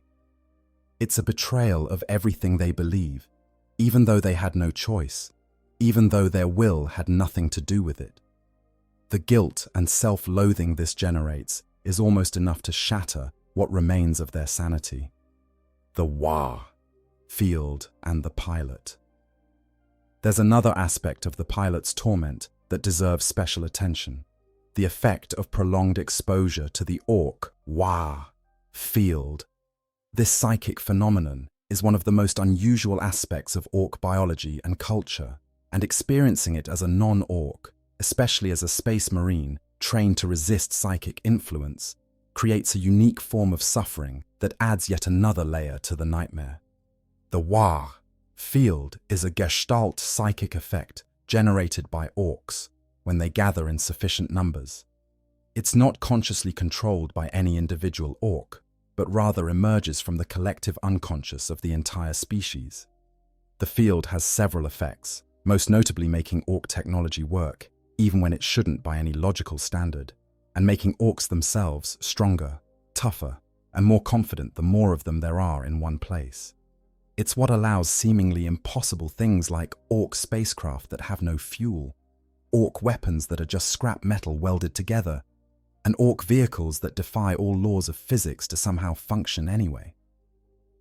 For an Ork, being immersed in the Wah field feels natural, even empowering. It's like being part of a greater whole, feeling the strength of the tribe backing every action, knowing on some instinctive level that everything will work out, because enough Orks believe it will. For a non-Ork, especially one with the psychic resistance of a space marine, exposure to the WH field is profoundly disturbing. It's an alien presence pressing against their consciousness, trying to impose beliefs and expectations that are fundamentally incompatible with their own understanding of reality.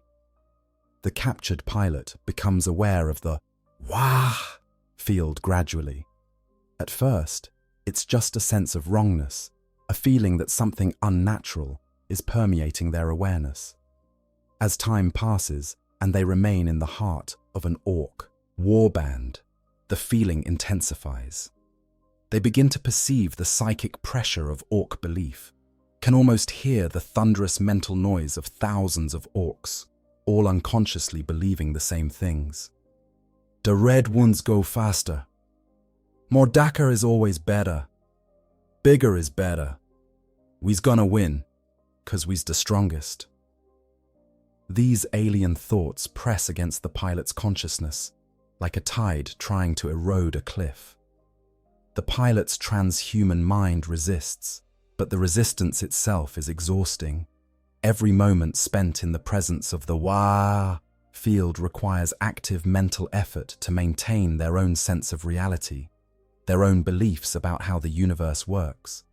It's like being subjected to constant, low-level psychic attack, not aimed specifically at them, but simply a consequence of being surrounded by so many Orks generating their collective field. Worse still is the realization that the WH field is actually affecting the Dreadnought. The modifications the mechs made shouldn't work. By any sane understanding of technology, the crude welds and random wire connections should fail immediately or cause catastrophic system failures. But they don't, because enough Orks believe they should work, and the WH field makes that belief into reality. The pilot can feel this happening through their neural interface, can sense systems responding to inputs in ways that violate everything they know about Imperial technology. This is particularly disturbing because it challenges the pilot's fundamental understanding of the universe. Space Marines are taught that technology works because it follows physical laws, that machines are blessed and maintained according to established rituals, that everything has a proper order and function. The Ork approach, where things work because everyone believes they should work, is the antithesis of this understanding. It suggests that reality itself is more flexible, more subjective than the rigid certainty the Imperium teaches. For a Black Templar, whose faith is absolute and unquestioning, being exposed to the WH field creates a peculiar psychological conflict. On one hand, they're taught that faith can move mountains, that belief in the Emperor grants power and protection, that the righteous will of the faithful can overcome any obstacle. But this is Emperor-sanctioned faith, directed toward the God Emperor of mankind. The WH field is Xenos corruption, a psychic effect generated by creatures the Black Templars view as barely sentient animals. How can such creatures wield faith-like power? How can their crude beliefs reshape reality when such power should belong only to the faithful servants of the Emperor? The pilot has too much time to think about these questions, trapped as they are in isolation with nothing but their own thoughts and the alien pressure of the WH field.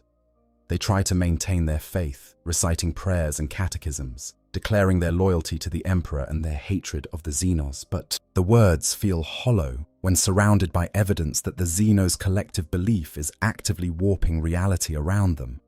It's a crisis of faith wrapped in physical torture, wrapped in psychological torment, all happening simultaneously. There are moments when the pilot wonders if their own faith might interact with the WH field in some way. They wonder if their absolute belief in the Emperor's power could somehow counteract the Ork Gestalt psychic effect.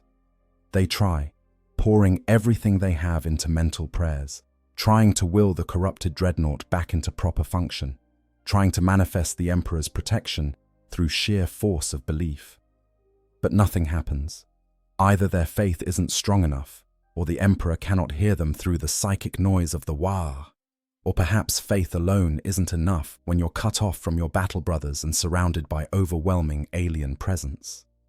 This failure to manifest any protective effect from their faith is perhaps the most spiritually devastating aspect of the pilot's ordeal.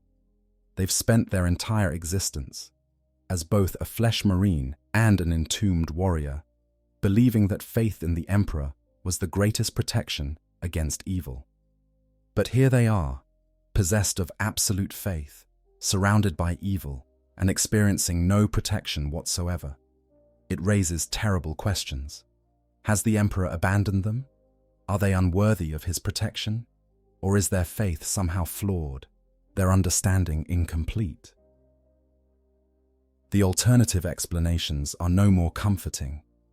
Perhaps the Emperor never could protect them from this, meaning his power has limits that the Black Templars' theology doesn't acknowledge.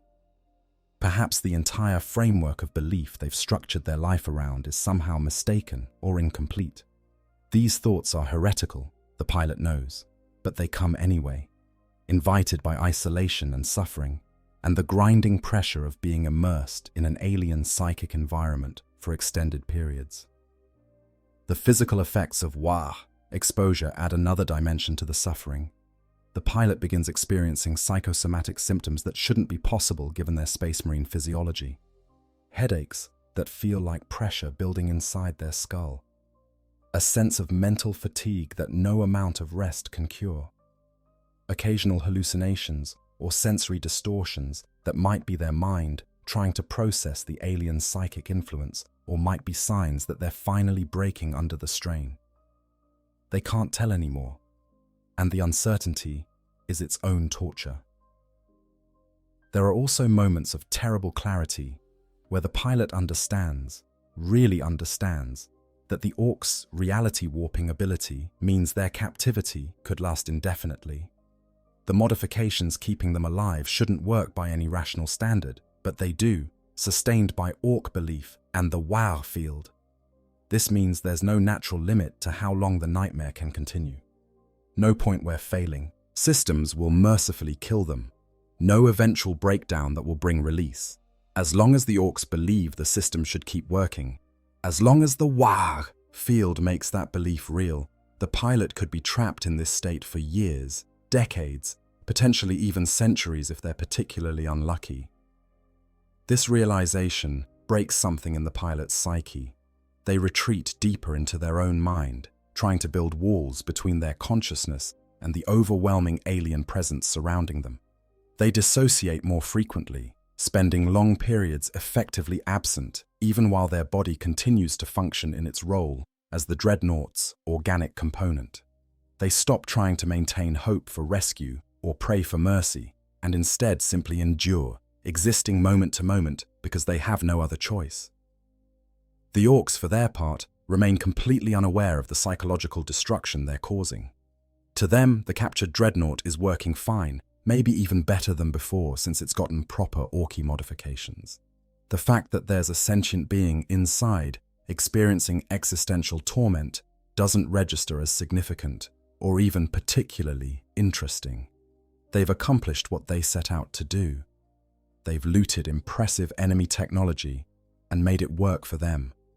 The suffering of the organic component is just an irrelevant detail, no more worthy of consideration than whether the hydraulic fluid in the legs is comfortable. Rescue or death, the Black Templars' response. While the pilot suffers in isolation, their chapter has not forgotten them.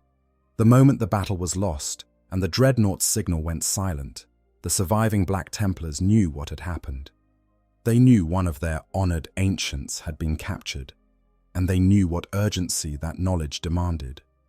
In the Black Templars' understanding, allowing a brother to remain in the hands of Xenos is unthinkable, a failure of duty so profound that it stains the honor of the entire crusade. The Crusade's leadership convenes in emergency session aboard their flagship. The marshal leading the crusade, the chaplains who maintain the chapter's spiritual health, the champion who leads them in battle, all of them understand the gravity of the situation. This is not merely about recovering a valuable piece of equipment. This is about recovering a brother, a hero, a living link to their chapter's history, who is currently trapped in unimaginable suffering at the hands of their most hated enemies. The immediate problem is determining where the Ork warband took their prize.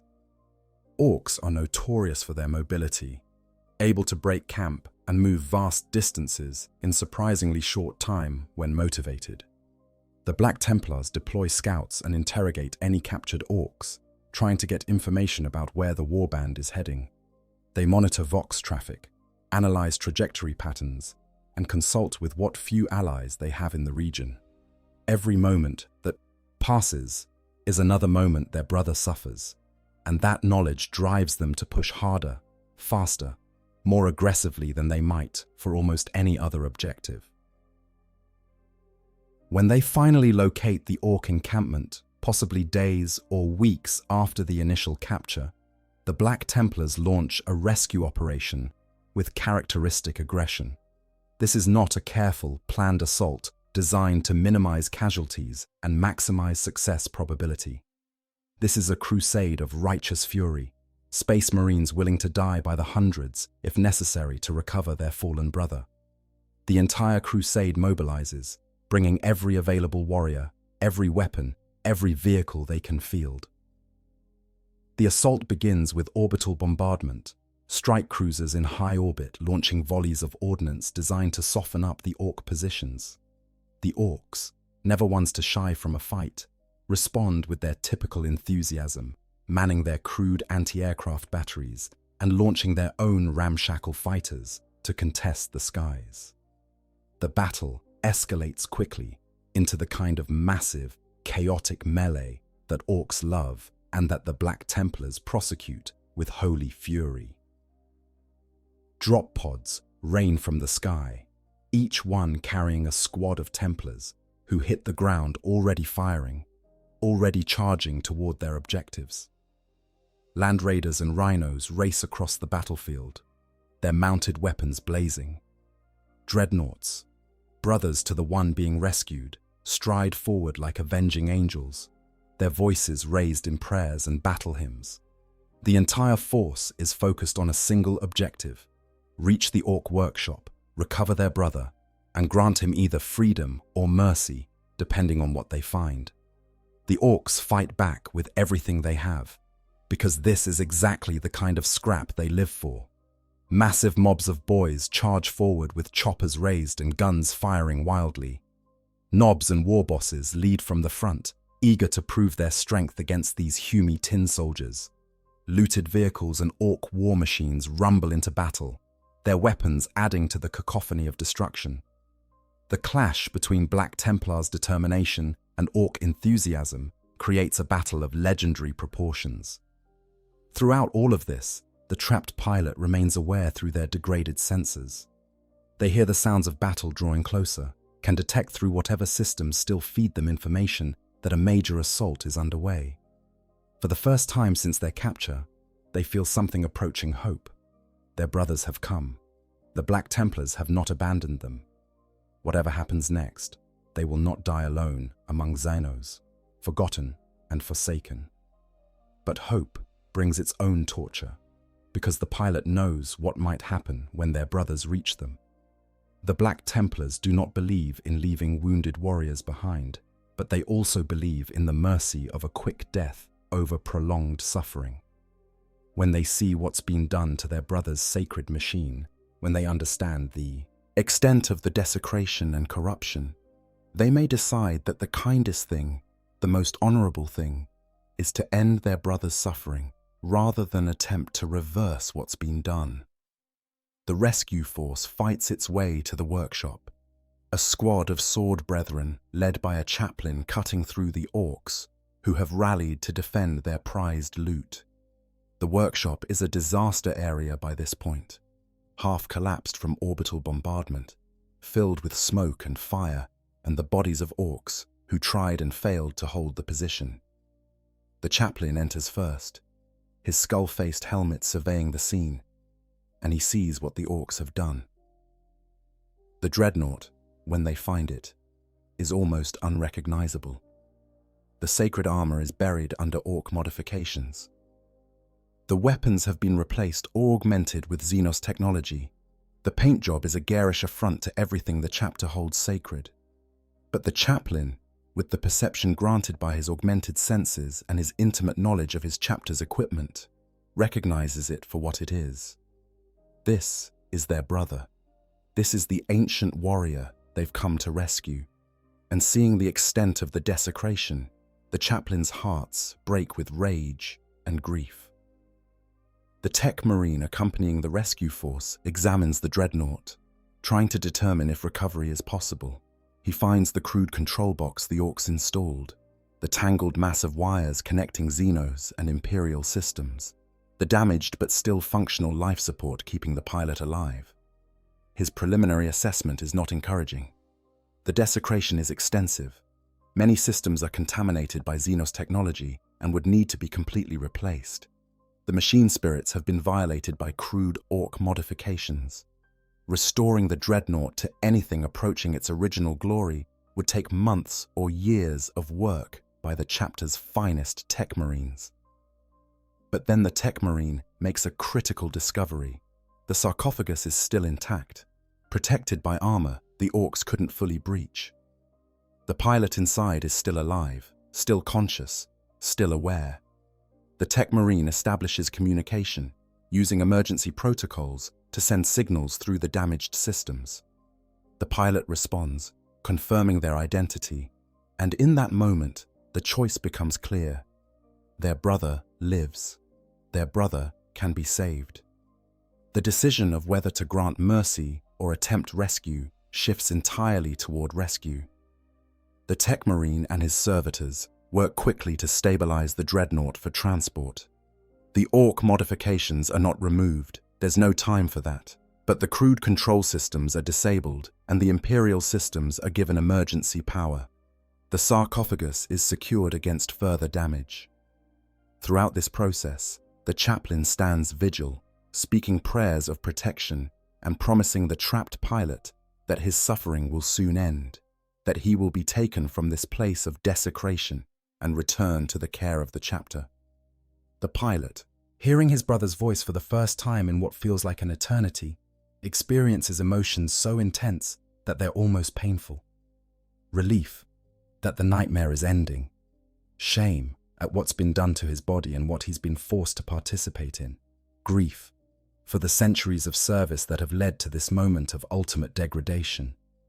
And underneath it all, a profound exhaustion, the accumulated toll of sustained trauma finally having an outlet now that survival is no longer the only consideration. The extraction is not easy. The Orks mass their forces, trying to prevent the Black Templars from taking their prize. The battle intensifies as the rescue force, now burdened with the massive form of the captured Dreadnought, fights its way back to the extraction point. Multiple Space Marines fall, giving their lives to ensure their ancient brother is not left behind a second time. The Dreadnought itself is fired upon repeatedly, taking damage that the tech marines will later declare miraculous didn't breach the sarcophagus and kill the pilot. But the Black Templars succeed, as faith and fury and sheer stubborn determination allow them to succeed. The Dreadnought is loaded onto a Thunderhawk gunship, secured against movement, and the transport lifts off under heavy fire. Fighters swarm the sky, trying to shoot down the gunship and reclaim the loot. But the Black Templars' air superiority and desperate defense keeps the transport safe. The pilot, finally separated from the Ork warband and the crushing pressure of the Wah field, allows themselves to lose consciousness for the first time since their capture, trusting that their brothers will keep them safe. Conclusion: the worst fate.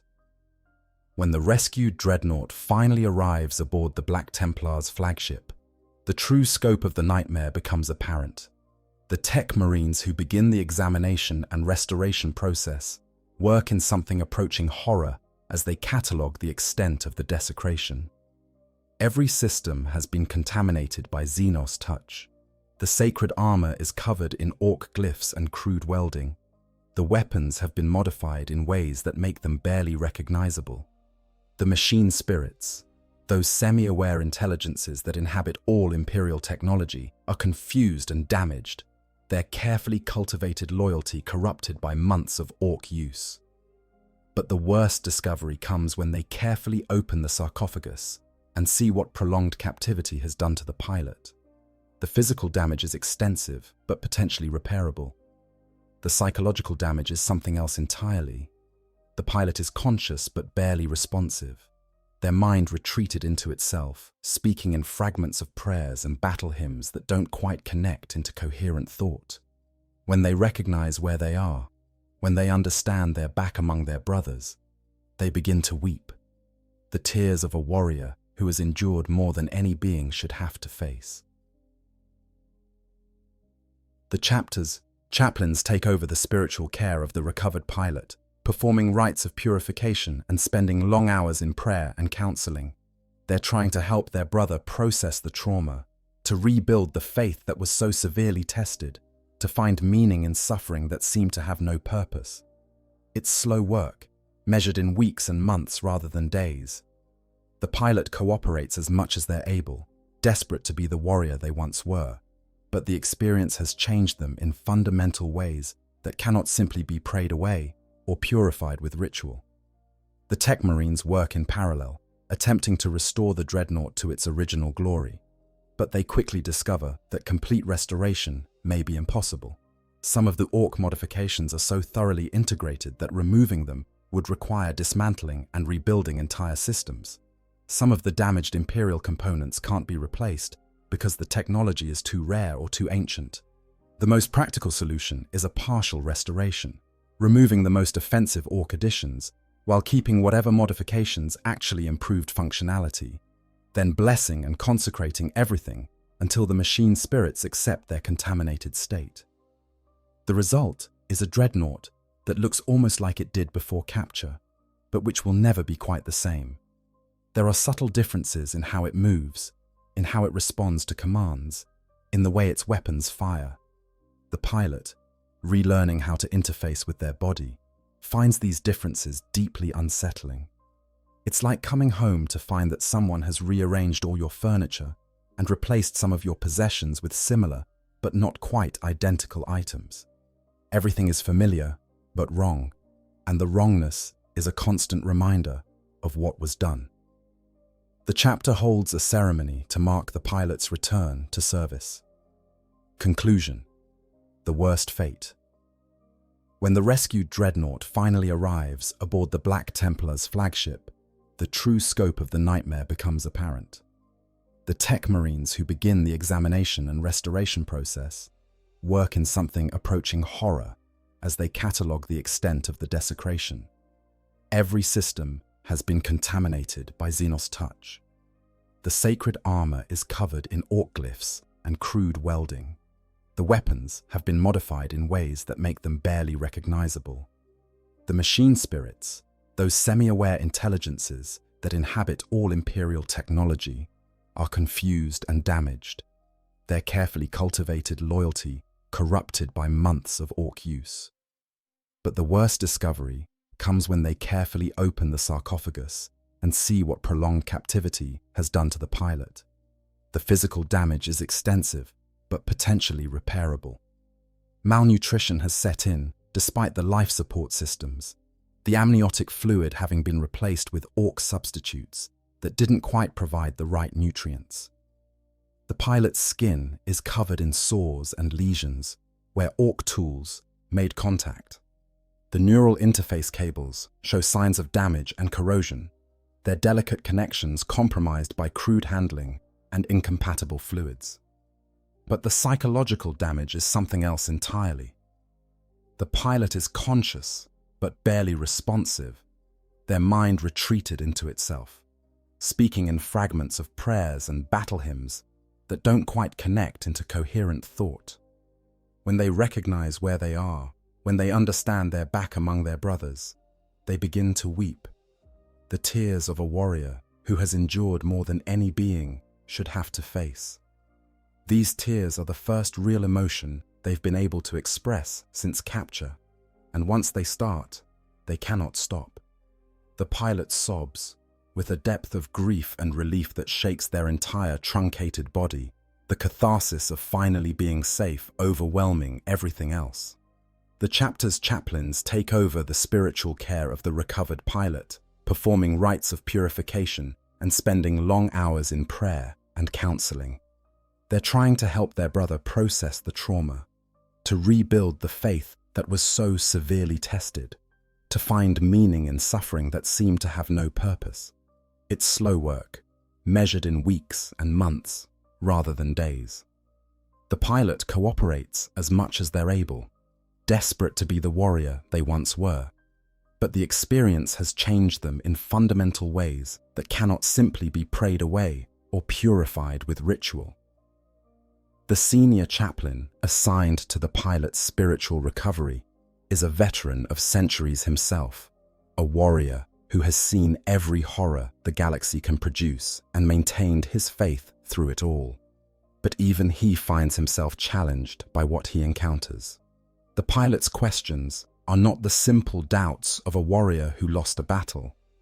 They are fundamental challenges to the theological framework the Black Templars use to understand their existence. Why did the Emperor allow this to happen? If faith is supposed to protect, why didn't it? If suffering is supposed to have meaning, what meaning could possibly justify what they experienced? The chaplain has no good answers to these questions. The official doctrine is that the Emperor's will is beyond mortal understanding, that suffering is a test of faith, that everything happens for a purpose, even if that purpose is not immediately apparent. But these answers feel inadequate when facing a warrior who lived through months of violation and desecration. The chaplain does his best, offering what comfort theology can provide, but he privately wonders if some experiences are simply too terrible for faith to fully encompass or explain. The Tech Marines work in parallel, attempting to restore the Dreadnought to its original glory. But they quickly discover that complete restoration may be impossible. Some of the Ork modifications are so thoroughly integrated that removing them would require dismantling and rebuilding entire systems. The crude welds have actually fused with the original ceramite in places, creating hybrid structures that are part Imperial, part Ork. Some of the damaged Imperial components can't be replaced because the technology is too rare or too ancient, lost to the Imperium during the Dark Ages and never fully recovered. The most practical solution is a partial restoration, removing the most offensive Ork additions while keeping whatever modifications actually improved functionality, then blessing and consecrating everything until the machine spirits accept their contaminated state. This compromise offends the Tech Marines' sense of proper order, but pragmatism wins over purity. A functional Dreadnought, even one bearing scars of its ordeal, is better than an inoperable monument to what should have been. The work takes months. Every system is painstakingly examined, tested, and either restored or adapted. The Ork paint is stripped away with chemical solvents, revealing the original colors beneath layers of garish decoration. The crude spikes and chains are removed, though the mounting points they were welded to remain as permanent scars in the armor. The weapons are completely replaced, the originals too contaminated by Xenos technology to be trusted. New purity seals are affixed, dozens of them, each one blessed by a different chaplain, as if the sheer number of blessings could somehow compensate for the violation the machine endured. The result is a Dreadnought that looks almost like it did before capture, but which will never be quite the same. There are subtle differences in how it moves, in how it responds to commands, in the way its weapons fire. The gait is slightly different, compensating for structural changes in the leg assemblies that couldn't be fully reversed. The weapon mounting points sit at fractionally different angles, requiring the pilot to adjust their aim calculations. The sensory feeds have a quality to them that's hard to define, as if looking at the world through glass that's been cracked and repaired rather than through pristine lenses. The pilot, relearning how to interface with their body, finds these differences deeply unsettling. It's like coming home to find that someone has rearranged all your furniture and replaced some of your possessions with similar but not quite identical items. Everything is familiar but wrong, and the wrongness is a constant reminder of what was done. They spend weeks in training exercises, reacquainting themselves with combat operations, pushing through the disorientation and discomfort to regain something approaching their former proficiency. During these training sessions, the other members of the crusade watch with a mixture of admiration and concern. Their ancient brother is clearly struggling, taking longer to complete maneuvers that should be instinctive, hesitating at moments when decisiveness is required. But they also see flashes of the warrior they remember, moments when muscle memory or centuries of experience override the trauma, and the pilot fights with the skill and fury they're known for. It's clear that recovery is possible, but it's equally clear that it will be a long and difficult process. The chapter holds a ceremony to mark the pilot's return to active service, a solemn ritual that acknowledges both the warrior's suffering and their survival. The High Marshal himself presides, speaking words of honor and recognition. He praises the pilot's faith, which endured even when tested beyond all reasonable limits. He acknowledges the sacrifice, the suffering, the horror that was endured. He declares that this warrior's survival is proof of the Emperor's protection, evidence that faith can overcome even the most terrible trials. The pilot's sarcophagus is blessed anew by every chaplain in the crusade, each one laying hands on the armored shell and speaking prayers of protection and purification. Battle brothers come to pay their respects, touching the Dreadnought's armor and speaking prayers for their ancient brother's recovery. Some of them are moved to tears, overwhelmed by the knowledge of what their brother endured and the miracle of their survival. Others maintain stoic composure, but their eyes reveal the depth of their emotion. It should be a moment of triumph, of celebration, that one of their own has been recovered from the depths of Xenos captivity. The High Marshal's words are chosen to frame the experience as a victory, a demonstration that Black Templars cannot be broken, that faith prevails over adversity. The gathered warriors want to believe this narrative, want to see their brother's survival as evidence that the Emperor does indeed protect his most faithful servants. But there's an undercurrent of sorrow to the ceremony that everyone present can feel, even if they won't acknowledge it openly, because they all know, even if they won't speak it aloud, that their brother did not come back whole. The confidence, the certainty, the absolute unshakable faith that characterized this ancient hero has been cracked by experience that tested it beyond all reasonable limits. The pilot survived, but survival came at a cost measured in pieces of their soul that can never be recovered. The pilot themselves participates in the ceremony as much as they're able, speaking the required responses when called upon, accepting the blessings and prayers with as much grace as they can muster. But inside, they feel like a fraud. The High Marshal speaks of faith victorious, but the pilot knows their faith wavered, that they experienced doubts that no Black Templar should ever entertain. The chaplains speak of the Emperor's protection, but the pilot knows that protection did not extend to preventing their capture or the horrors that followed. The Battle Brothers speak of inspiration and honor, but the pilot feels only shame at their helplessness and the degradation they endured. These feelings are not spoken aloud. The pilot understands that the chapter needs this narrative, needs to believe that faith was enough, that the Emperor protected, that their brother returned victorious over adversity. To voice the truth, to admit the doubts and fears and the crisis of faith, would be to undermine the very foundations of Black Templars' belief. So the pilot stays silent, accepting the honors and the praise, while knowing in their hearts that the story being told is not quite the story they lived. In the months that follow, the pilot is gradually reintegrated into active service. They participate in battles, their Dreadnought fighting alongside their brothers once more, weapons raised in the Emperor's name. To external observers, especially those who don't know the full story, the recovery seems miraculous. The ancient warrior is back, striding across battlefields, crushing enemies beneath armored feet, speaking prayers through their voxcasters as they always did. The crusade has reclaimed one of its heroes, and the enemy has been denied their prize. But those who fight alongside the pilot notice differences. The pilot is more hesitant, less aggressive, sometimes freezing at critical moments, or pulling back when the old warrior would have charged forward. During one engagement against a minor orc incursion, the pilot actually retreats from combat when surrounded by greenskins, withdrawing to a defensive position rather than pushing through as doctrine demands. The marshal leading that engagement says nothing at the time, but the incident is noted and discussed among the leadership afterward.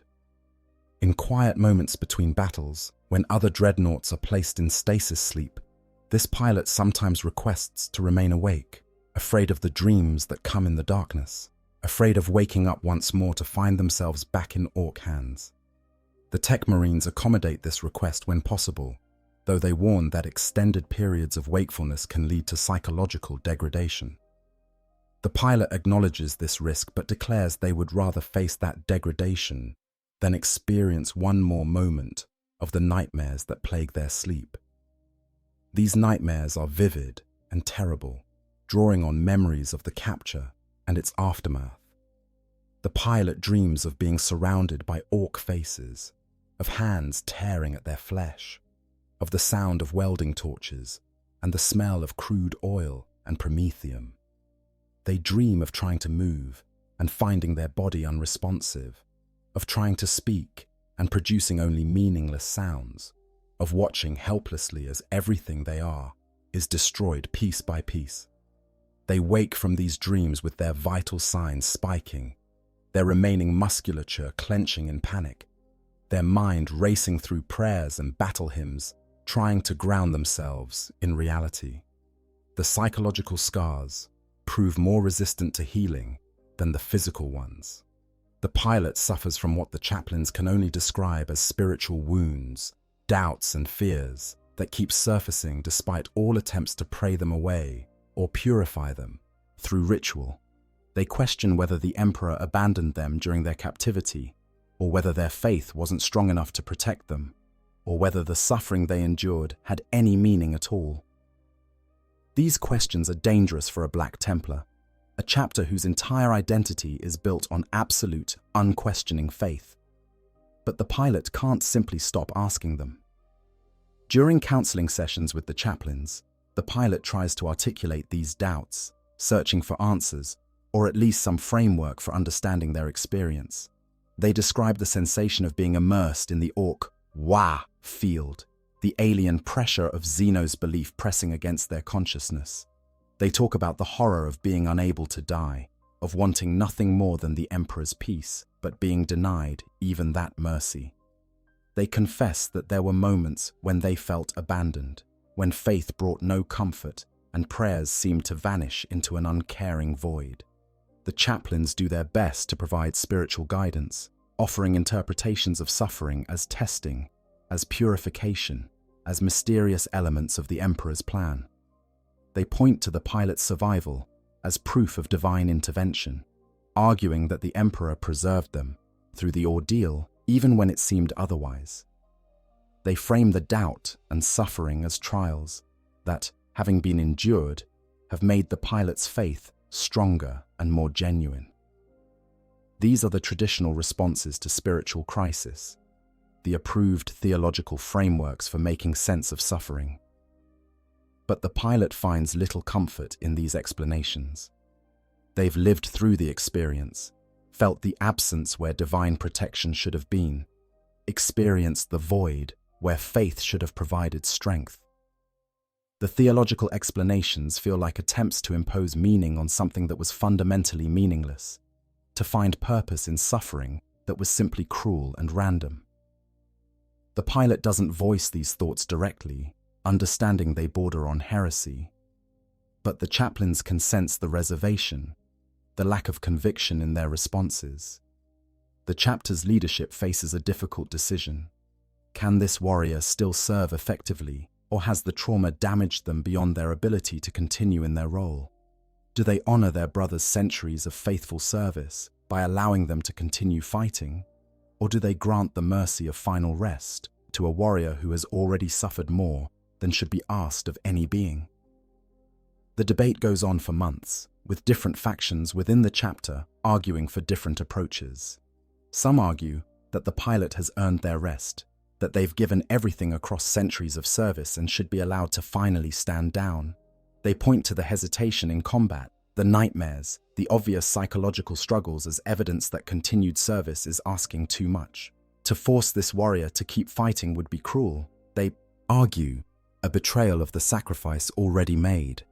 Better to grant final rest with full honors, celebrating the pilot's service while acknowledging that everyone, even heroes, eventually reaches their limit. Others argue that removing the pilot from service would be a victory for the enemy, an acknowledgement that the Orks succeeded in breaking a Black Templar's spirit. They point out that the pilot is still functional, still capable of combat, and that recovery takes time. To stand them down now would be to declare them broken, to tell the entire chapter that faith has limits, that suffering can overcome even the most devoted.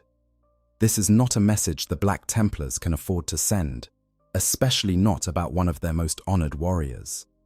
The High Marshal listens to all arguments but makes no immediate decision. Instead, he goes to speak with the pilot directly, bypassing the chaplains and tech marines to have a private conversation with his ancient brother. The meeting takes place in the Dreadnought's maintenance bay, with the pilot connected to life support but fully conscious and alert. The High Marshal dismisses all attendants, ensuring complete privacy for what follows. The conversation that takes place is never recorded in any official document, but its content can be inferred from what happens afterward. The High Marshal asks the pilot directly what they want, what they need, what they feel capable of continuing to do. He doesn't frame this as testing their loyalty or questioning their faith. He simply asks, as one warrior to another, what the pilot thinks is the right course of action. For the first time since their recovery, someone is treating the pilot not as a problem to be solved or a symbol to be managed, but as a person whose own wishes matter. The pilot's response, as later actions reveal, is complex and conflicted. They don't want to give up, don't want to let the enemy claim victory by forcing them into retirement. They still believe in the crusade, still want to serve the Emperor, still feel the duty that has driven them for centuries. But they're also afraid, terrified in ways they never were before their capture, haunted by the knowledge that there are fates worse than death and that they've experienced one of them. They want to continue serving, but need some measure of control, some guarantee that they won't be forced to endure that particular horror again. Eventually, the pilot makes a request that the High Marshal finds both heartbreaking and entirely understandable. They ask that their Dreadnought be fitted with a final failsafe, a system that will detonate their reactors and destroy them completely if they're ever in danger of capture again. They've survived one nightmare and do not believe they could survive a second. Better to die in a blaze of fury, taking as many enemies with them as possible, than to risk falling into enemy hands and experiencing again the horror that nearly broke them.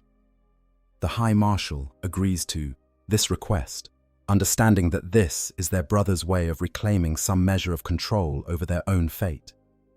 He makes arrangements with the Master of the Forge, ordering the installation of a dead man's switch that the pilot can trigger with a specific neural impulse. The system is designed to be fail-safe, requiring the pilot's deliberate decision to activate, but impossible to trigger accidentally. Once activated, it will overload the Dreadnought's plasma reactor, causing a massive explosion that will obliterate the war machine and everything within a significant radius. The failsafe is installed, blessed by the chaplains, with prayers that acknowledge both its purpose and its terrible necessity, and tested to ensure it will function when needed. The pilot, knowing they now have a guaranteed escape from their greatest fear, finds some measure of peace. They cannot forget what happened. They cannot return to who they were before. But they can continue forward, serving the Emperor in whatever capacity they're still capable of, until the day when death finally grants them the rest they've earned 1,000 times over. With this assurance in place, the pilot returns to active service with renewed determination. They're not the warrior they once were, and everyone knows it, but they're functional enough to contribute. They participate in battles with their brothers, though they're no longer deployed in the most aggressive roles. Instead, they serve as fire support and strategic reserve, providing heavy weapons fire from defensive positions and acting as a stabilizing presence for younger warriors who might otherwise overextend themselves. This reduced role is framed publicly as a sign of wisdom, the ancient warrior now serving as a steadying influence rather than leading from the front. But those who know the truth understand it's a practical accommodation of the pilot's psychological limitations. They simply can't charge into the heart of enemy forces the way they once did, can't embrace the kind of glorious, reckless aggression that defines Black Templars' combat doctrine. The fear is too present, the memories too vivid, the trauma too recent. But within these limitations, the pilot serves with as much honor and dedication as they can muster. They provide fire support that saves countless lives, their centuries of experience allowing them to place shots with devastating precision. They offer counsel to the marshal and other leaders, their tactical knowledge invaluable in planning operations. They serve as a living reminder of both the chapter's strength, in that one of their warriors survived such horror, and the terrible costs of warfare against the galaxy's endless enemies. The story of what happened to this particular Black Templar's Dreadnought becomes a closely guarded secret within the chapter. It's recorded in their archives, but access is restricted to the highest ranks of leadership and those directly involved in the recovery and restoration. The other warriors of the Crusade know only that one of their ancients was captured and recovered, suffering terrible desecration but surviving through faith and the Emperor's protection. They do not know the full depth of what their brother endured, the psychological torture and spiritual crisis that accompanied the physical violation. This secrecy serves multiple purposes. It protects the pilot's dignity, allowing them to continue serving without being defined entirely by their trauma. It prevents other warriors from dwelling on the possibility of such a fate befalling them, which might undermine their willingness to fight with the reckless aggression the Black Templars are known for. And perhaps most importantly, it prevents the chapter from having to confront too directly the uncomfortable questions the pilot's experience raises about faith, divine protection, and whether there are limits to what even the Emperor can shield his servants from. The official narrative presented to the chapter is one of triumph over adversity. An ancient warrior was captured by Xenos, suffered greatly, but was rescued by their faithful brothers and returned to service. The story emphasizes the importance of never abandoning a brother, the power of faith to sustain even through terrible trials, and the ultimate victory of the righteous over their enemies. It's a narrative that reinforces everything the Black Templars believe about themselves and their mission. It's also, in many ways, a lie of omission, leaving out everything that would complicate or challenge that simple story of faithful service rewarded. But the pilot knows the truth, and they carry it with them into every battle. They know that faith alone was not enough to prevent their suffering. They know that the Emperor's protection, if it exists, has limits that theological explanations cannot adequately address. They know that there are fates worse than death, and they've experienced one of them firsthand. They know that survival is not the same as victory, that rescue is not the same as restoration, that being alive is not the same as being whole. These truths sit uncomfortably alongside the absolute certainties the Black Templars are supposed to hold, creating a constant tension in the pilot's consciousness that never fully resolves. In quiet moments, when the pilot is alone with their thoughts between battles, or during the long watches when they choose wakefulness over nightmares, they contemplate these contradictions. They wonder if other warriors have experienced similar crises and simply never spoken of them. They wonder if faith is supposed to be tested this way, or if their experience represents some failure on their part or the Emperor's. they wonder what it means that they can continue serving despite their doubts, whether that makes their service more or less meaningful than the unquestioning devotion they once possessed. These are not questions the pilot can ask openly. Black Templars have no tolerance for doubt, no space in their theology for the kind of nuanced questioning that trauma produces. So the pilot keeps these thoughts private, maintaining the external appearance of faithful service, while internally struggling with contradictions that have no easy resolution. It's a lonely burden, made worse by the isolation inherent in being a Dreadnought pilot, separated from the simple human connection that might help process such experiences. The years pass, and the pilot continues their service. They fight in dozens of battles, providing fire support and tactical expertise. They counsel younger warriors, sharing the wisdom of centuries while carefully avoiding the darker truths of their experience. They participate in the chapter's rituals and ceremonies, speaking the required prayers and responses even when the words feel hollow. They survive, which is itself a kind of victory, though not the glorious triumph the chapter's propaganda would suggest. During this period, the pilot has several opportunities to die honorably in battle. There are moments when their position is overrun, when enemy forces close to melee range, when tactical doctrine would suggest triggering the failsafe and taking enemies with them in a final blaze of glory. Each time, the pilot hesitates, ultimately choosing to fight their way out rather than embrace the quick death they once craved. They're not sure if this represents cowardice, a survival instinct overriding their desire for rest, or simply the human drive to continue existing even when existence is painful. The pilot also witnesses other dreadnoughts falling in battle, brothers who die the glorious death that the pilot survived. Each time, the pilot experiences a complex mix of emotions: grief for the loss of a brother and the wisdom they carried, relief that their brother was granted the merciful release that continues to elude them, envy that their brother's suffering has ended while theirs continues, and guilt for feeling envy about another's death, for being unable to simply be grateful for their own survival. One particular incident stands out. During a battle against a Chaos warband, a relatively young dreadnought, a pilot who had only been entombed for a few decades, suffers catastrophic damage. The pilot survives the initial destruction, trapped in their shattered sarcophagus but still conscious. The enemy is closing in, and extraction is impossible. The young pilot makes the traditional request, asking a brother to grant the Emperor's mercy, rather than allow capture by the forces of chaos. The older pilot, observing through their sensor feeds, volunteers to grant this mercy. They approach the fallen dreadnought, place their power fist against the damaged sarcophagus, and with a single crushing motion, end their brother's suffering. It's a terrible mercy, but a necessary one, the kind of decision that warriors must sometimes make. But as the older pilot withdraws, having granted their brother the death they were denied, they feel the weight of the irony. They've killed a brother to prevent the kind of fate they themselves survived.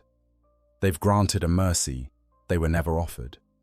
This incident prompts reflection on the nature of mercy, duty, and the choices warriors face. The older pilot wonders if their brothers should have killed them rather than attempt rescue, whether that would have been the kinder choice. They wonder if continuing to serve in their damaged state serves any real purpose, or if they're simply too cowardly to use the failsafe and end their own suffering. These are dark thoughts, bordering on heretical, but they come regardless, invited by experience that won't be denied or ignored. Through all of this, the pilot continues, because that's what it means to be a Space Marine, to be a Black Templar, to be a warrior who has given everything and continues giving even when there's nothing left to give. They continue because the alternative is to admit that the enemy won, that the torture and desecration accomplished its purpose, that they were broken by what was done to them. They continue because somewhere, despite everything, a spark of that old faith remains, battered and diminished, but not quite extinguished, suggesting that perhaps there is still meaning to be found in service, even when service brings more pain than purpose. Perhaps that's the ultimate lesson of this horror story, that the human spirit, or the transhuman spirit in this case, is simultaneously incredibly fragile and impossibly resilient. That trauma can reshape us in fundamental ways, but cannot completely destroy us unless we allow it to. That meaning can be found even in suffering that seems meaningless, not because the suffering itself had purpose, but because we choose to give it purpose through how we respond to it. That survival, even damaged survival, represents a kind of defiance against the forces that would break us completely. The Black Templars pilot fights on. The crusade continues. The galaxy remains terrible, filled with horrors beyond counting and suffering beyond measure. But in the face of all that darkness, a single warrior's choice to continue fighting, to continue serving, to continue believing, even when belief brings no comfort, becomes itself a kind of defiance. Not victory, perhaps. Not redemption in any simple sense. But something nonetheless. A refusal to yield even in the face of ultimate horror. A declaration that even when everything has been taken, the choice to continue remains. The pilot understands now that there are no easy answers to the questions their experience raised. The Emperor may or may not protect. Faith may or may not be enough. Suffering may or may not have meaning. But regardless of the answers to these theological questions, the choice to continue serving remains valid. Not because service guarantees reward or meaning, but simply because it's the choice the pilot makes. The purpose they create for themselves in a universe that may offer no inherent purpose at all. And so our story ends where it must, not with triumph or tragedy, but with continuation. The pilot exists. The Dreadnought walks. The crusade marches forward. The Emperor, distant and silent, neither protects nor abandons, but simply is, as unknowable and vast as he has always been. And in the spaces between battles, in the moments of enforced wakefulness when sleep would bring nightmares, the pilot remembers and endures and waits for the day when death finally brings the rest that service has denied them for so very, very long. This is what it truly means when we say there are fates worse than death in the grim darkness of the far future. Not just the immediate horror of torture or violation, though those are terrible enough, but the aftermath, the continued existence after such horror, the necessity of finding ways to continue when everything has been taken and nothing can be restored.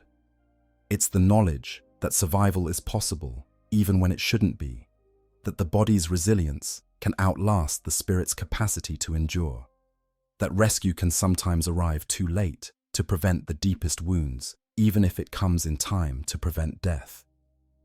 The captured and recovered Black Templars Dreadnought pilot represents something that the Imperium rarely acknowledges. The cost of its endless wars, measured not in lives lost, but in lives irrevocably changed.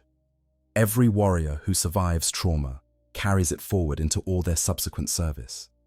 Every rescued prisoner bears the marks of their captivity. Every recovered hero returns diminished in ways that may never fully heal. The Imperium counts these as victories, warriors saved to fight another day. But the warriors themselves know differently. In the end, perhaps the most terrible aspect of the pilot's story is how mundane it is within the context of the 41st millennium. Across the galaxy, thousands of similar horrors unfold every day. Warriors are captured, tortured, corrupted, killed in ways that defy description or comprehension. The pilot's experience, while uniquely terrible in its specifics, is not unique in its general shape. Somewhere, right now, another warrior is experiencing their own version of this nightmare. Tomorrow, another will fall. The day after, another still. The horror never ends because the war never ends, and in a universe of only war, suffering becomes the normal state rather than the exception. But recognizing this fact doesn't diminish the pilot's individual suffering or the significance of their choice to continue. If anything, it makes that choice more meaningful. In a universe where horror is commonplace, where suffering is endless, where death would be mercy. The decision to keep living and fighting becomes an act of profound defiance, not against any single enemy, but against the very nature of the universe itself, against the grinding darkness that seeks to reduce all meaning to ash and all hope to despair. The Black Templars pilot continues their eternal crusade, one battle at a time, one day at a time, one moment at a time. They carry their trauma like armor, heavy and uncomfortable, but also protective in its way, a reminder of what they've survived and what they refuse to let destroy them. They serve not because service brings joy or meaning in any simple sense, but because service is what they know, what they chose centuries ago, and what they continue choosing despite everything that argues against it. And perhaps, in the final analysis, that's the only answer to the questions their experience raised.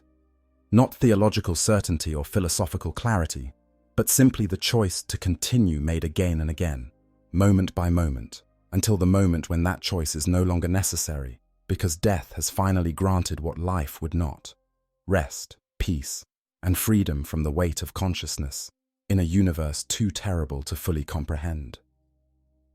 If you enjoyed this deep dive into one of Warhammer 40,000's darkest scenarios, make sure to like this video and subscribe to the channel. We explore the grim darkness of the far future in all its terrible glory, bringing you stories of faith and fury, honor and horror, triumph and tragedy. The Emperor protects, but knowledge protects better, and understanding the full scope of what our heroes face makes their sacrifices all the more meaningful.